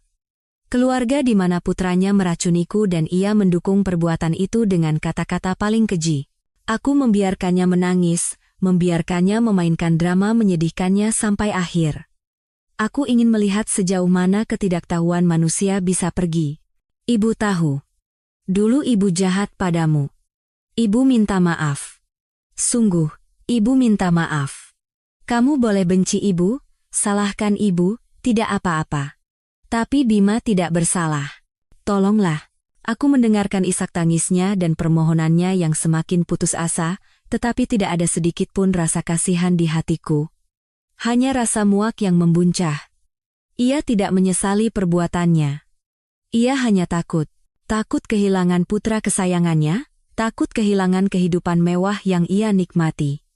Air matanya bukan untukku, tetapi untuk dirinya sendiri. Saat tangisan Ibu Sumarni di seberang sana mereda dan hanya menyisakan isak tangis, aku membuka mulut. Suaraku tidak tajam, tidak marah, tetapi anehnya tenang. Ibu, panggilku dengan satu kata. Panggilan itu seolah memiliki beban tak terlihat, karena ia berhenti menangis. Mungkin ia berharap aku akan berteriak dan memakinya, sehingga ia punya alasan untuk terus meratapi nasibnya yang malang. Tapi ketenanganku adalah hal yang tidak ia duga. Ibu bilang ibu salah, kan? Kataku terus dengan nada lembut. Kalau begitu, saya mau bertanya. Saat Bima memeluk Riana di depan ribuan orang di pesta dan menghina saya, di mana ibu saat itu? Ia diam. Saat saya pulang dengan putus asa dan memohon pada ibu agar mau menasihati Bima, apa yang ibu katakan pada saya? Ingat? Aku tidak menunggu jawabannya, ibu bilang saya perempuan mandul. Perempuan yang tidak bisa punya anak harusnya sabar, jangan cemburu buta. Benar, kan, Bu? Dari seberang sana hanya terdengar napasnya yang semakin berat. Ibu bilang semuanya salah Riana dan Bima tidak bersalah, kataku terus, melontarkan kata-kata setajam pisau yang menguliti kebohongannya. Lalu, siapa yang dengan senang hati menerima hadiah dari Riana dan bercerita ke seluruh tetangga bahwa akan segera punya menantu baru yang muda dan cantik? Siapa yang menutupi perselingkuhan Bima, bahkan berbohong pada saya dengan mengatakan itu hanya hubungan kerja saat saya bertanya? Apa ibu bisa bilang itu bukan ibu? Saya. Ia tidak bisa melanjutkan. Dan akhirnya, suaraku menjadi sedingin es. Apa ibu tahu kenapa selama bertahun-tahun saya tidak bisa punya anak? Bukan karena saya mandul, tapi karena putra kesayangan ibu diam-diam mencampurkan pil kontrasepsi ke dalam makanan saya selama bertahun-tahun. Apa ibu tahu fakta itu? Apa? Terdengar jeritan melengking dari seberang sana, diikuti oleh keheningan yang mematikan. Lihat, Bu, aku menyimpulkan dengan suara tanpa emosi, ibu bukan hanya salah. Ibu juga kaki tangan dari semua kejahatan yang dilakukan putra ibu terhadap saya. Air mata ibu sekarang bukan air mata penyesalan, tapi air mata ketakutan karena akan kehilangan segalanya. Aku berhenti sejenak, menarik napas. Saya tidak bisa membantu ibu, dan saya tidak bisa memaafkan orang itu. Biarkan hukum yang memutuskan segalanya. Itulah satu-satunya keadilan. Aku memutus telepon tanpa menunggu jawabannya dan memblokir nomornya. Aku duduk diam di dalam ruangan, menatap keluar jendela. Hubunganku dengan keluarga itu secara resmi telah putus. Jika masih ada sisa rasa kasihan, semuanya telah menjadi abu dan lenyap bersama satu panggilan telepon tadi. Setelah telepon dengan Ibu Sumarni berakhir, aku melempar ponselku ke samping. Kesunyian di villa ini tiba-tiba terasa menakutkan. Aku tahu aku baru saja memutuskan tali terakhir yang, meski secara paksa, masih mengikatku dengan keluarga itu. Dan aku juga tahu bahwa Bima Prakoso yang terpojok tidak akan hanya menggunakan air mata ibunya sebagai senjata. Ia adalah orang yang nekat, orang yang bisa melakukan apa saja saat kehilangan segalanya. Aku menutup tirai jendela. Aku tidak menyalakan lampu ruang keluarga, hanya lampu meja kecil di ruang kerja. Saat sedang mempersiapkan materi untuk rapat dengan Pak Wardoyo, menelaah kembali anggaran dasar Nusantara Jaya Group, terdengar suara pecahan kaca yang tajam dari arah gerbang depan. Jantungku serasa jatuh. Aku bergegas menyalakan layar monitor kamera keamanan yang telah kupasang diam-diam 6 bulan lalu. Di layar, sebuah pemandangan mengerikan terpampang. 4 atau 5 pria bertato dengan wajah sangar berdiri di depan gerbang rumahku. Pria bertubuh besar dengan bekas luka panjang di wajahnya yang sepertinya adalah pemimpin mereka adalah Marco, seorang preman terkenal yang pernah sekilas kulihat bersama Bima saat melakukan beberapa transaksi gelap. Mereka membawa kaleng cat merah dan menyiramkannya ke gerbang putih dan dinding pagar. Cat merah itu mengalir seperti darah. Salah satu dari mereka menyemprotkan tulisan acak-acakan di dinding. Perempuan jalang, mati kau. Tanganku yang memegang mouse gemetar. Ini bukan lagi perang bisnis atau penghinaan di pesta. Ini adalah ancaman nyata, ancaman nyawa. Rasa takut yang dingin merayap di punggungku. Aku telah meremehkan kekejaman Bima Prakoso. Tapi rasa takut itu hanya bertahan beberapa detik sebelum berubah menjadi amarah yang dingin. Inilah wajah asli suamiku selama 10 tahun. Saat tidak bisa dibeli dengan uang atau emosi, ia langsung menggunakan kekerasan. Saat itu, ponsel daruratku berdering. Nomor Bima Prakoso. Mungkin ia sedang menonton semua ini dari suatu tempat di dekat sini. Aku menarik napas dalam-dalam, memastikan suaraku tidak bergetar, dan menekan tombol jawab. Sekaligus, aku menyalakan fitur rekam panggilan. Lihat? Kamu lihat? Hah, jalang, teriak Bima. Suaranya penuh kegilaan, kegembiraan, dan ancaman. Ini baru permulaan. Akan kutunjukkan padamu akibatnya jika melawanku. Aku mendengarkan dalam diam saat ia meluapkan kata-kata gilanya. Aku beri kamu 2 pilihan, geramnya. 1, besok pagi segera cabut semua laporan dan musnahkan bukti-buktinya. Bilang pada media kalau kamu memfitnahku. 2, kamu mati. Kamu dan seluruh keluargamu di kampung. Pilih. Anda mengancam akan membunuh saya sekarang, Pak Bima? Aku membuka mulut. Suaraku kering, tetapi anehnya tenang. Ketenanganku sepertinya mengejutkannya dan membuatnya semakin marah. Membunuh? Aku tidak akan membunuhmu begitu saja. Akan kubuat kamu hidup tapi lebih baik mati. Kamu akan menyesali perbuatanmu hari ini. Terima kasih, kataku. Anda baru saja memberikan satu bukti lagi untuk saya serahkan pada penyidik. Rekaman ini dan video CCTV di luar gerbang mungkin akan menambah hukuman penjara Anda beberapa tahun lagi. Kamu berani? Bima terdiam sejenak, lalu memaki dan memutus telepon. Aku menatap layar kamera, bercak-bercak cat merah yang menetes seperti darah. Tanganku masih gemetar, tapi bukan lagi karena takut. Amarahku telah mencapai puncaknya. Bima Prakoso telah melewati batas. Ia bukan sekadar pengkhianat atau penjahat ekonomi, ia adalah manusia yang tidak berbeda dengan preman bayaran. Aku langsung bertindak. Aku tidak melapor ke kantor polisi terdekat. Mengingat jaringan Bima yang rumit, menghubungi mereka sekarang justru bisa seperti memukul ular dan mengejutkan seisi hutan. Dengan tenang, aku duduk di depan komputer, menyimpan file rekaman percakapan dengan Bima, dan mengekstrak video CCTV, yang dengan jelas merekam wajah Marco dan komplotannya. Aku mengompres kedua file itu dan langsung mengirimkannya ke email aman pengacara Irawan dengan pesan, saya baru saja menerima ancaman pembunuhan. Mohon segera ajukan permohonan perlindungan saksi dengan bukti-bukti ini. Selanjutnya, Aku mengirimkannya pada Profesor Yunus. Prof, dia mulai menggunakan kekerasan. Ini buktinya. Ponselku berdering hampir seketika. Profesor Yunus.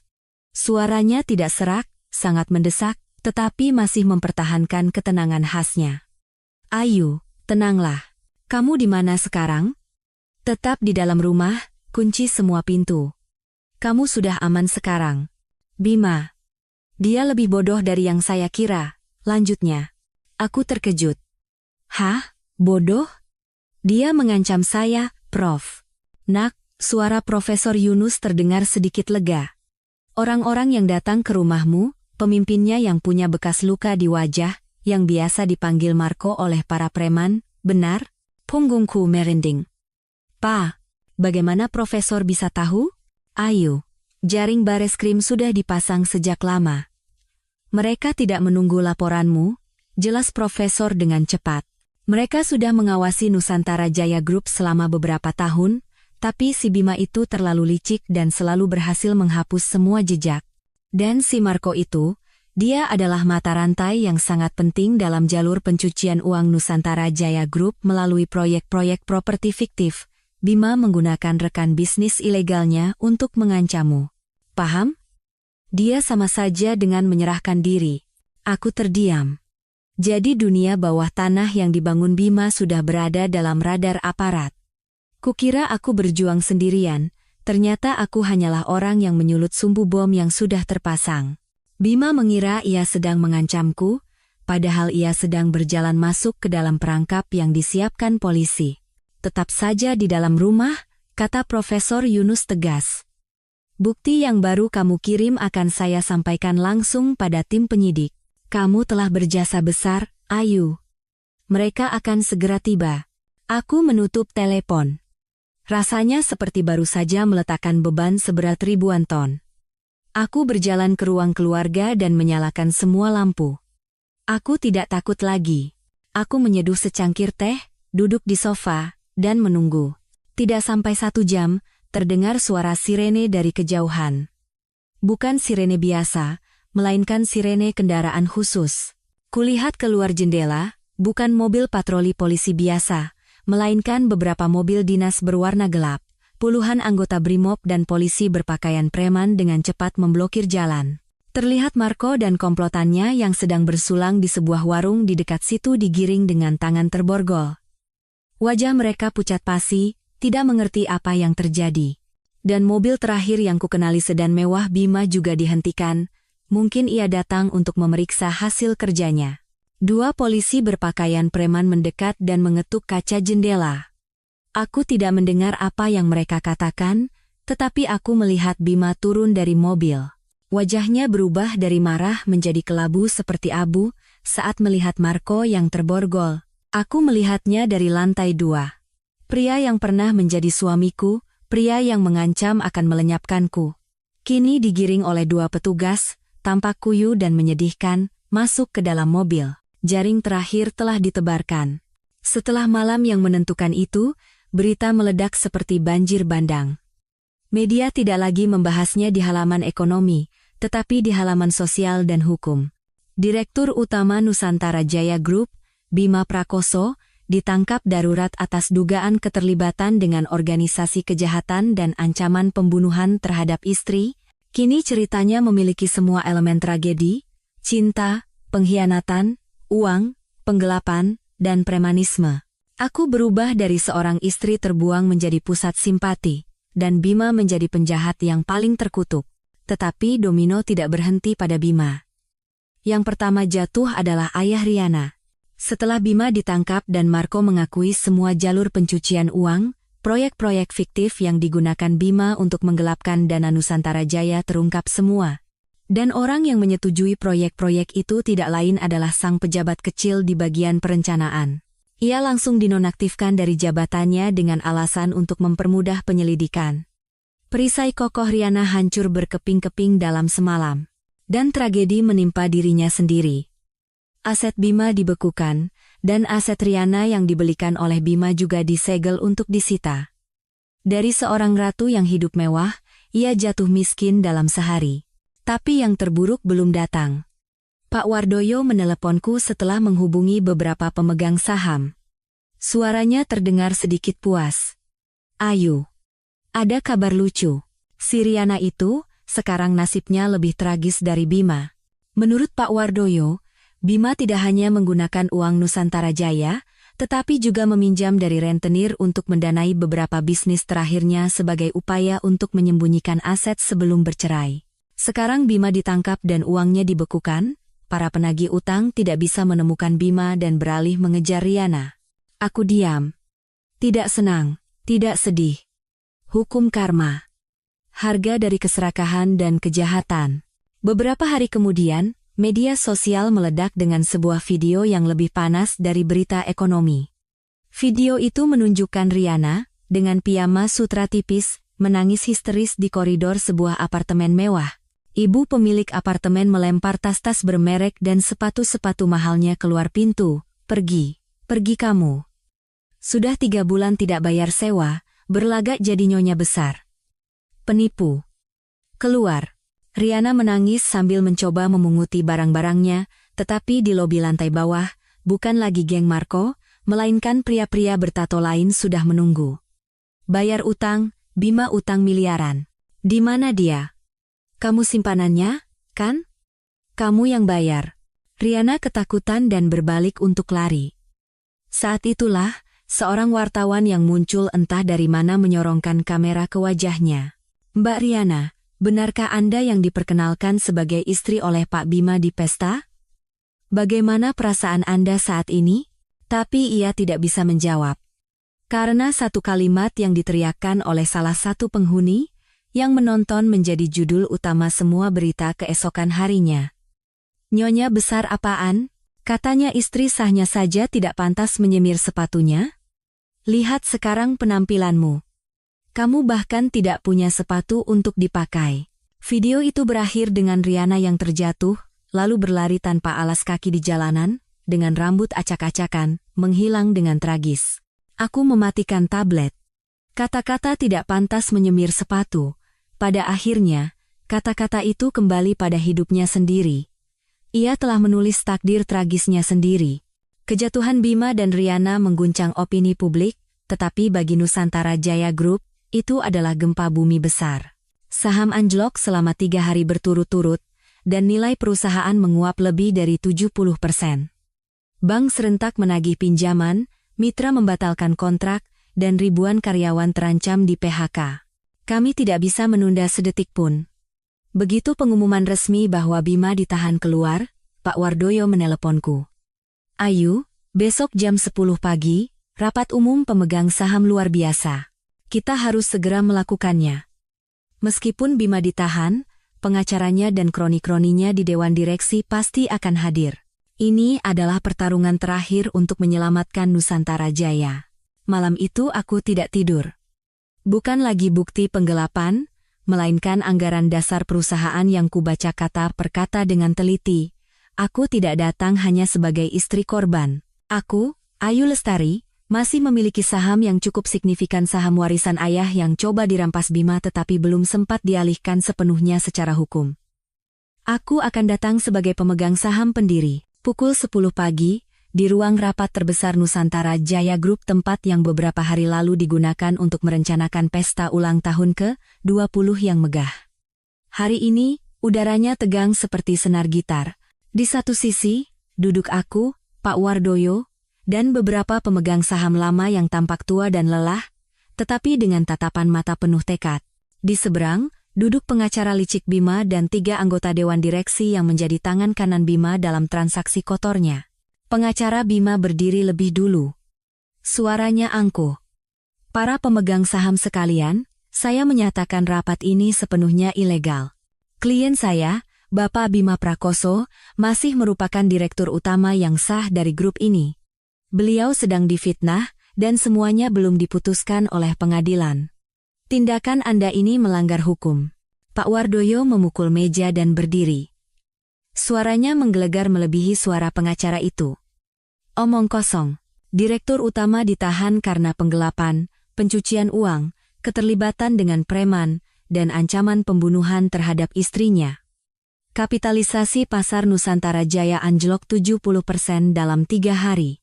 Ribuan karyawan terancam jadi pengangguran, dan kamu mau kami diam saja sementara kamu dan si Bima itu menenggelamkan kapal ini? Suasana ruang rapat memanas. Pengacara itu pucat, dan semua mata tertuju padaku. Saatnya aku maju. Aku berdiri dengan tenang dan berjalan ke podium. Kutatap lurus pengacara itu dan mereka yang masih ingin bergantung pada Bima. Para pemegang saham sekalian, suaraku jernih dan jelas. Saya Ayu Lestari. Saya bukan hanya istri dari Bapak Bima Prakoso, tetapi saya juga putri dari almarhum Bapak Wibisono, yang bersama Bapak Wardoyo di sini, mendirikan Nusantara Jaya Group dari nol. Ruang rapat bergemuruh. Banyak yang tidak tahu fakta ini. Mereka hanya mengenalku sebagai istri Bima. Apa yang dikatakan pengacara Bapak Bima Prakoso benar, lanjutku. Secara hukum, pengadilan belum memberikan putusan akhir. Tetapi, menurut anggaran dasar perusahaan, kita, para pemegang saham, adalah pemilik sejati Nusantara Jaya, dan kita punya hak penuh untuk melindungi aset kita. Aku mengangkat sebuah map. Menurut anggaran dasar perusahaan, Pasal 28 ayat 3, rapat umum pemegang saham memiliki wewenang untuk memberhentikan darurat anggota Dewan Direksi, termasuk Direktur Utama, jika tindakannya telah menyebabkan kerugian yang serius dan tidak dapat dipulihkan terhadap nama baik, kredit, dan aset grup. Kutatap mata mereka satu persatu. Penahanan Bapak Bima Prakoso, anjloknya harga saham, pembatalan kontrak oleh mitra, apakah ini bukan kerugian yang serius? Tidak ada yang berani menjawab. Oleh karena itu, kataku tegas, saya, sebagai pemegang saham pendiri, bersama dengan kelompok pemegang saham yang diwakili oleh Bapak Wardoyo, secara resmi mengusulkan pemberhentian darurat Bapak Bima Prakoso dari jabatannya sebagai Direktur Utama dan semua posisi terkait di dalam Nusantara Jaya Group. Pemungutan suara berlangsung cepat. Kubu Bima, yang tahu mereka tidak bisa menang, memilih abstain atau menunduk. Hasilnya diumumkan. Lebih dari 90% pemegang saham setuju dengan pemberhentian Bima Prakoso. Pengacara Bima mengemasi tasnya dan diam-diam meninggalkan ruang rapat. Perang telah usai. Pak Wardoyo naik ke podium. Suaranya serak menahan haru. Nusantara Jaya telah kembali. Saya, Wardoyo, secara resmi akan menjabat sebagai Direktur Utama sementara. Beliau menoleh padaku. Ayu, perusahaan membutuhkanmu. Kami membutuhkanmu. Saya merekomendasikanmu sebagai Ketua Komite Audit Khusus yang akan memimpin proses restrukturisasi keuangan perusahaan. Apakah kamu bersedia? Aku menatap tulisan Nusantara Jaya Group di dinding. Nama yang diberikan oleh ayahku. Aku mengangguk dengan tegas. Saya bersedia. Aku keluar dari ruang rapat Nusantara Jaya Group, meninggalkan tatapan penuh kekaguman, bisik-bisik, dan wajah kelabu para pengacara kubu Bima. Pak Wardoyo menggenggam tanganku erat, suaranya serak. Kamu melakukannya dengan sangat baik, Ayu. Ayahmu di surga pasti bangga. Aku hanya bisa mengangguk, tidak bisa berkata apa-apa. Rasa kemenangan tidak semanis yang kubayangkan. Seperti obat penghilang rasa sakit yang efeknya mulai habis, ia hanya menyisakan nyeri samar dan kelelahan yang luar biasa. Aku telah bertahan terlalu lama. Setahun sandiwara kepatuhan, dan beberapa hari pertarungan melawan media, penyidik, ibu mertua, preman, dan kini, Dewan Direksi. Aku kuat dan dingin seperti mesin. Tetapi begitu aku melangkah keluar dari lobi kantor pusat grup, aku melihat sosok yang familiar bersandar di sebuah taksi, dengan mata merah karena khawatir. Dahlia. Bisikku hampir tanpa suara. Sahabatku satu-satunya, Dahlia. Sejak kuliah, kami lebih dekat dari saudara kandung. Dahlia adalah seorang pengacara dan bekerja di Surabaya. Begitu berita tentang pesta itu meledak, ia terus-menerus meneleponku, tetapi aku tidak berani mengangkatnya. Aku takut ia akan melihat sisi lemahku. Melihatku, Dahlia tanpa berkata apa-apa menjatuhkan kopernya dan berlari memelukku erat-erat. Dalam pelukan yang kokoh dan hangat itu, cangkang baja yang susah payah kubangun hancur berkeping-keping. Seperti bendungan yang jebol, air mataku tumpah tak terkendali. Aku membenamkan wajah di bahunya dan menangis seperti anak kecil. Aku tidak menangis saat dihina di depan ribuan orang. Aku tidak menangis saat tahu aku diracuni. Aku tidak menangis saat diancam preman. Tapi sekarang, di pelukan sahabatku, aku menangis. Menangisi 10 tahun masa mudaku yang terbuang, menangisi anakku yang bahkan tidak pernah diberi kesempatan untuk hadir di dunia, menangisi kebodohanku karena mempercayai seorang monster. Menangislah, Dahlia menepuk-nepuk punggungku. Suaranya juga serak. Menangislah, Ayu. Keluarkan semuanya.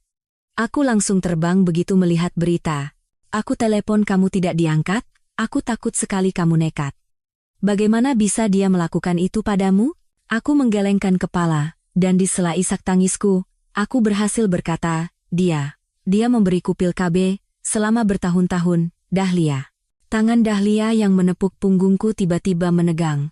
Aku bisa merasakan amarahnya. Apa? Bajingan itu. Dahlia melepaskanku dari bahunya dan menatap lurus mataku. Benarkah?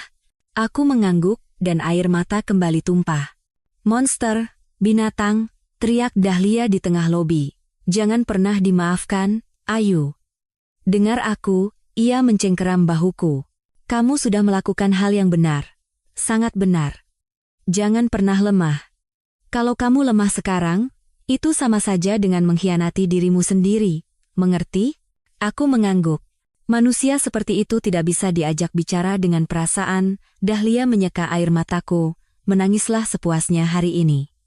Dan mulai besok, kamu harus lebih kejam. Kamu tidak hanya akan bercerai, kamu akan menjebloskan bajingan itu ke penjara. Racun harus dicabut sampai ke akarnya, jangan dibiarkan hidup untuk menyakiti orang lain. Kata-kata Dahlia yang tegas dan dingin seperti vonis hakim menarikku dari kelemahan. Benar. Aku tidak boleh hancur. Dengan adanya Dahlia di sisiku, aku seolah mendapat kekuatan. Ia bukan hanya teman untuk bersandar, tetapi juga seorang pengacara yang kompeten. Spesialisasinya adalah hukum perdata, tetapi ketajamannya akan sangat membantu Pak Irawan, pengacara ekonomiku. Beberapa hari berikutnya, aku tidak lagi tinggal di villa yang dingin itu. Dahlia membawaku ke sebuah apartemen servis mewah dengan keamanan ketat. Kami mengubah ruang tamunya menjadi kantor hukum kecil, penuh dengan dokumen dan bukti. Aku, Dahlia, dan Pak Irawan bekerja hampir 24 jam sehari. Kami memiliki 2 medan perang. 1. Gugatan ceraiku. 2. Kasus pidana Bima di mana aku adalah korban dan saksi kunci. Tujuan kami adalah menggabungkan kedua kasus itu karena keduanya sangat berkaitan. Bu Ayu, tetap tenang, kata Pak Irawan dalam sebuah rapat. Pihak Bima pasti akan mencoba memisahkan kedua kasus ini. Kasus ekonomi sebagai sengketa internal perusahaan, dan perceraian ibu sebagai konflik emosional biasa. Jika terpisah, semuanya akan menjadi sangat rumit. Aku mengangguk, saya tahu. Tapi ia menggelapkan aset untuk persiapan cerai, dan meracuni saya untuk membenarkan alasan cerainya. Kedua kasus itu adalah 1. Tepat, Zambung Dahlia. Kita harus membuktikan keterkaitan itu. Pak Irawan, Anda urus sisi keuangannya. Kekerasan dalam rumah tangga, peracunan, dan pelanggaran hukum perkawinan, biar saya yang tangani. Sikap profesional dan dingin mereka berdua membuatku tenang. Dengan aku, sang magister keuangan, yang secara pribadi memetakan semua alur dana Bima, dan kini bersama 2 pengacara tajam ini, aku yakin Bima tidak akan punya jalan keluar. Seperti yang diduga, pihak Bima mulai bergerak. Karena tidak bisa lagi mengancamku dengan kekerasan, mereka beralih ke jalur diplomasi. Seminggu sebelum sidang pertama, Pak Irawan meneleponku. Suaranya terdengar sedikit sinis. Bu Ayu, pengacara Bima Prakoso baru saja menelepon. Apa katanya? Tanyaku sambil masih membolak-balik dokumen. Menawarkan negosiasi. Aku mencibir. Negosiasi?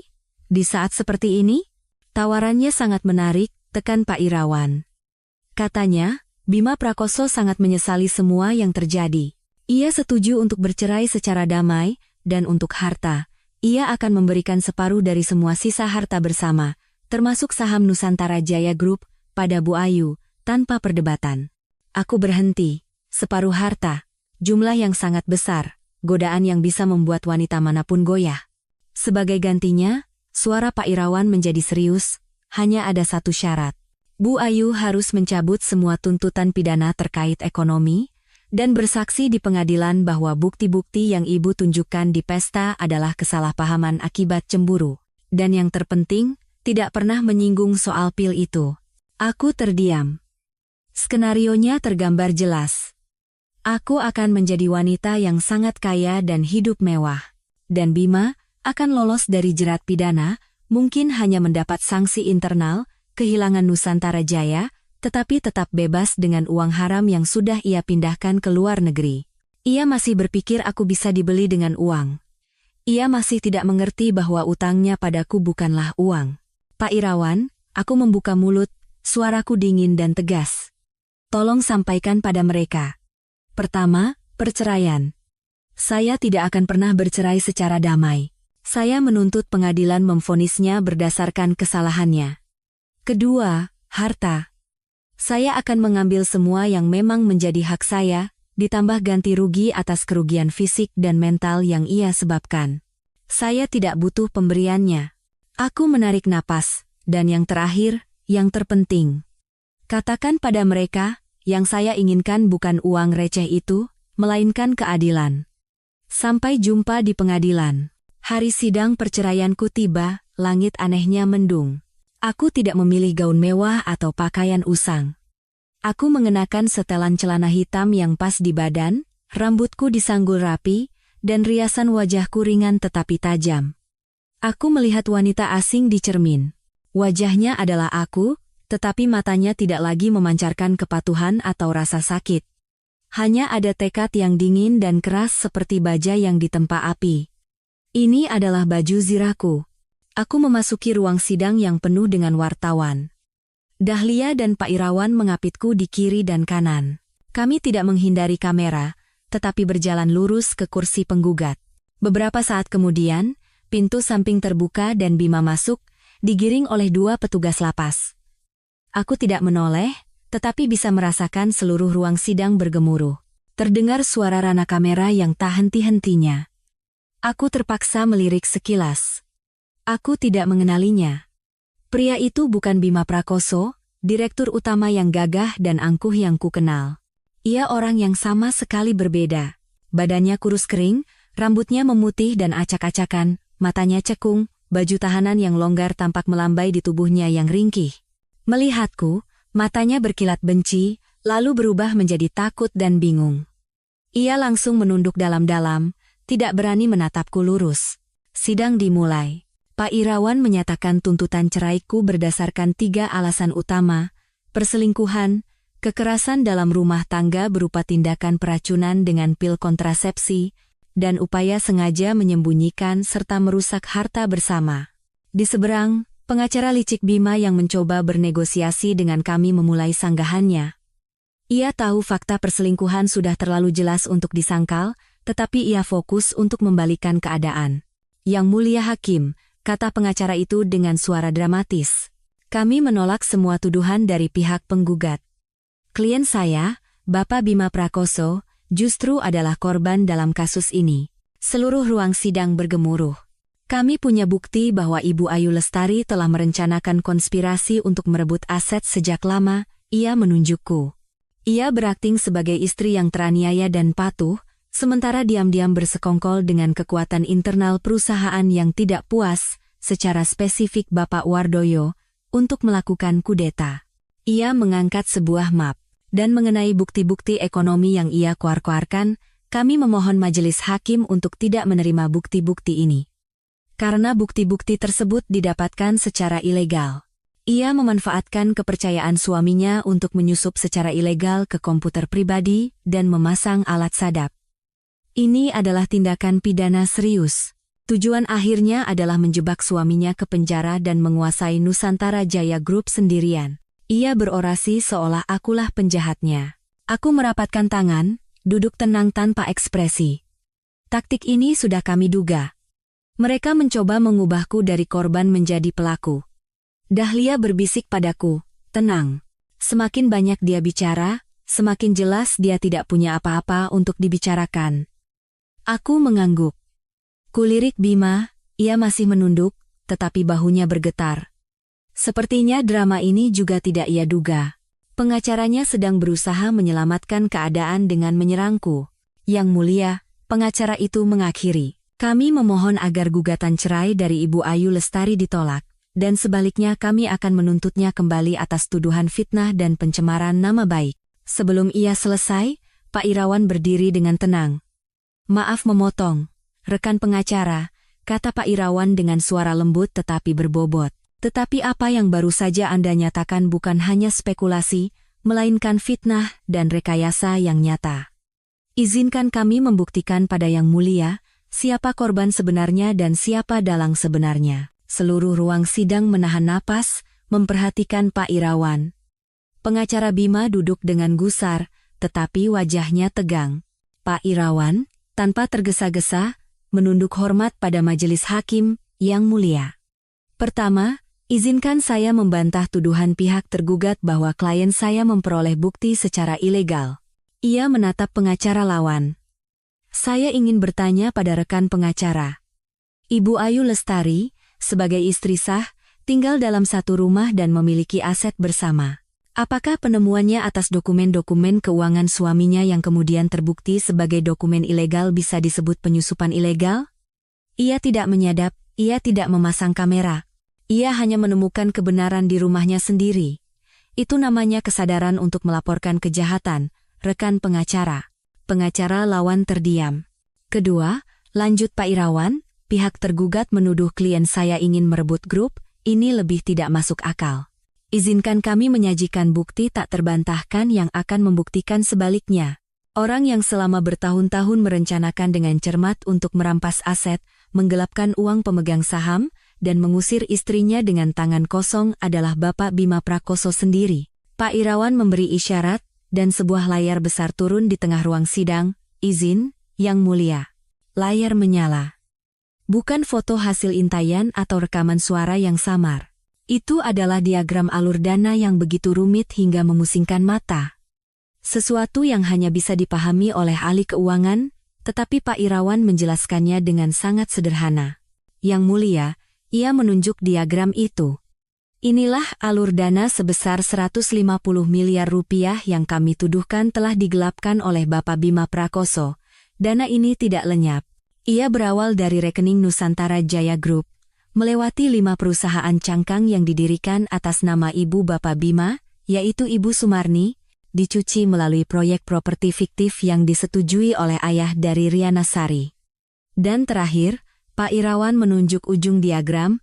Semua uang yang sudah bersih ini tidak lari kemana-mana. Ia mengalir langsung ke sebuah rekening bank di Swiss. Dan pemilik rekening ini, Yang Mulia, ada 2 orang, Bima Prakoso dan Riana Sari. Buktinya, teriak pengacara Bima. Ini hanya gambar yang kalian buat. Pak Irawan tersenyum dingin. Tentu kami punya bukti.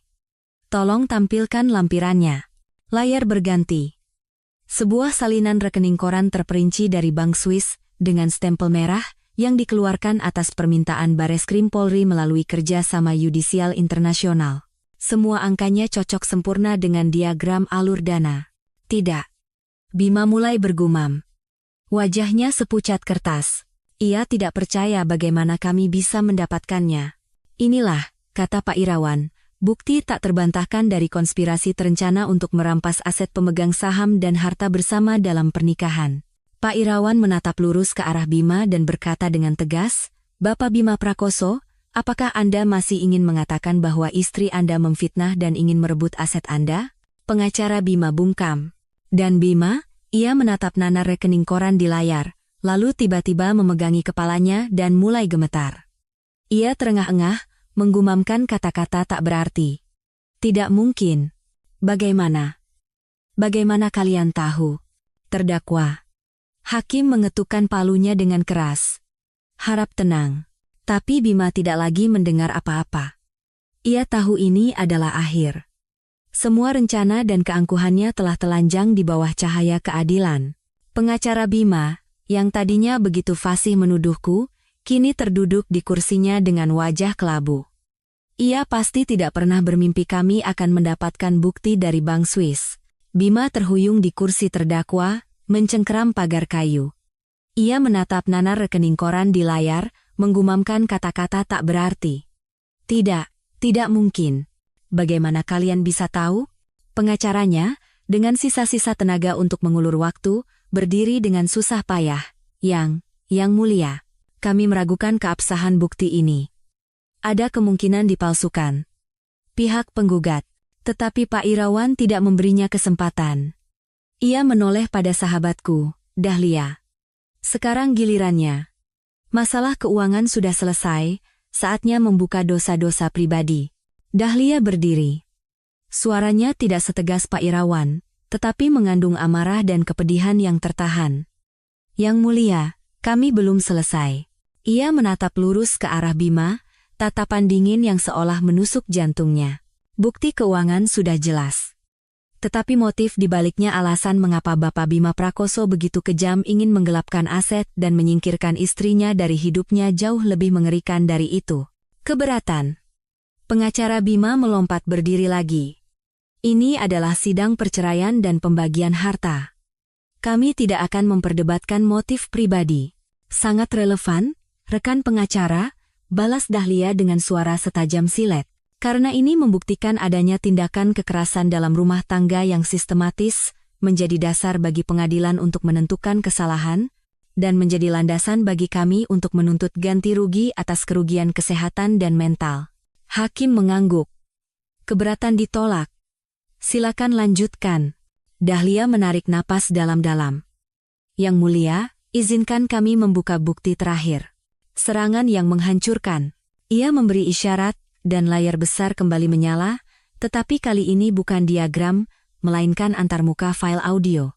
Ini, suara Dahlia bergema, adalah rekaman percakapan antara Bapak Bima Prakoso dan klien saya, Ibu Ayu Lestari, yang direkam secara sah di kediaman Ibu Ayu pada malam saat Bapak Bima mengirim preman untuk menerornya dengan cat. Terlihat Bima gemetar. Ia mulai sadar apa itu. Rekaman diputar. Raungan histeris Bima menggema di seluruh ruang sidang. Lihat, kamu mau mati.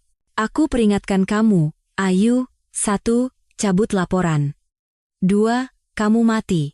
Pengacara Bima berkata panik, Yang mulia, ini hanya kata-kata saat marah, tidak bisa jadi bukti. Mohon dengarkan sampai selesai. Yang mulia, potong Dahlia. File audio terus berputar. Setelah geraman Bima, terdengar suaraku yang gemetar tetapi jelas. Bagaimana bisa kamu sekejam ini? Kamu sudah menghancurkanku. Dan kemudian suara Bima, raungan iblis yang memaku peti matinya sendiri, aku kejam? Aku sudah sabar bertahun-tahun karenamu. Bertahun-tahun aku memberimu obat supaya kamu bisa punya anak, tahu? Perempuan mandul tidak berguna. Kalau kamu tidak bisa punya anak, kamu tidak punya hak di rumah ini. Aku menikahimu karena kamu bodoh dan ayahmu punya uang. Hening. Keheningan mutlak yang mencekam menyelimuti ruang sidang. Aku mendengar para wartawan terkesiap kaget. Bahkan hakim ketua yang sudah tua dan menjaga wajah seriusnya selama persidangan tampak terbelalak kaget. Pengacara Bima terduduk lemas di kursinya, pucat seperti mayat. Bima mendengar suaranya sendiri. Ia mengangkat kepalanya dengan sentakan. Mata merah yang menyala. Ia sadar ia baru saja mengakui kejahatannya yang paling mengerikan.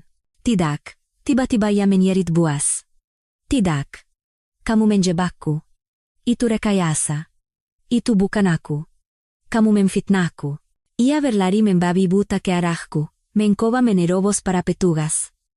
Akan kubunuh kau, halang, akan kubunuh. Petugas lapas langsung meringkusnya, membantingnya ke lantai. Ia terus meronta dan meraung seperti binatang gila. Ruang sidang menjadi kacau balau. Hakim mengetukkan palunya berkali-kali. Tenang, tenang, bawa keluar terdakwa. Bima diseret keluar, tetapi sumpah serapah dan teriakan kebenciannya masih menggema. Aku duduk, menggenggam erat tangan Dahlia. Pengacaranya tidak lagi berkata apa-apa. Ia mengemasi berkasnya dengan wajah lunglai seperti prajurit kalah perang. Ia tahu, Tidak ada pembelaan apapun yang bisa membatalkan kejahatan yang diakui sendiri oleh pelakunya. Hakim menskor sidang untuk musyawarah putusan. Aku, Dahlia, dan Pak Irawan keluar ke koridor. Para wartawan mengerumuniku seperti lebah. Puluhan mikrofon disodorkan ke wajahku. Ibu Ayu, bisakah Anda konfirmasi kebenaran perkataan Bapak Bima? Sudah berapa lama Anda diracuni? Bagaimana perasaan Anda saat ini? Dahlia dan Pak Irawan menghalangiku. Maaf, kami tidak akan menjawab pertanyaan apapun saat ini. Mohon tunggu putusan pengadilan. Kami diantar ke sebuah ruang tunggu terpisah. Dahlia menuangkan segelas air untukku, tangannya masih gemetar karena marah, tetapi ia tersenyum padaku. Sudah berakhir, Ayu, kamu berhasil. Monster itu pasti akan mendapat ganjarannya. Aku mengangguk, tetapi tidak merasa gembira. Hanya perasaan hampa. Seolah tumor yang telah bersarang di tubuhku selama 10 tahun akhirnya berhasil diangkat. Lukanya masih sakit, tetapi setidaknya racunnya sudah hilang. Aku tidak lagi membencinya. Aku hanya merasa jijik. 30 menit kemudian, kami dipanggil kembali ke ruang sidang. Suasana kusyuk yang menyesakkan. Hakim ketua, mewakili majelis hakim, mulai membacakan putusan. Suaranya jernih, setiap katanya terdengar seperti ketukan palu keadilan. Majelis hakim, setelah menimbang seluruh berkas perkara, bukti-bukti yang diajukan, dan jalannya persidangan, dengan ini memutuskan, 1. Mengenai hubungan perkawinan. Mengabulkan seluruh gugatan cerai dari penggugat, Ayu Lestari. 2. Mengenai kesalahan dalam perceraian. Menyatakan tergugat, Bima Prakoso, bersalah penuh atas retaknya hubungan perkawinan. Tindakan tergugat yaitu perselingkuhan berat, penyembunyian aset bersama secara terencana, dan tindak kekerasan dalam rumah tangga dengan sengaja merusak kesehatan istri melalui peracunan sistematis selama bertahun-tahun adalah tindakan yang tidak dapat ditoleransi dan telah melanggar moral sosial serta hukum secara serius. 3. Mengenai pembagian harta. Hakim melanjutkan, karena kesalahan penuh berada pada pihak tergugat, Bima Prakoso, dan adanya tindakan penyembunyian aset yang disengaja, maka majelis hakim memutuskan pembagian seluruh harta bersama dilakukan dengan mengutamakan perlindungan mutlak bagi korban, yaitu penggugat, Ayu Lestari. Penggugat, Ayu Lestari, berhak atas 70% dari harta bersama, termasuk saham Nusantara Jaya Group.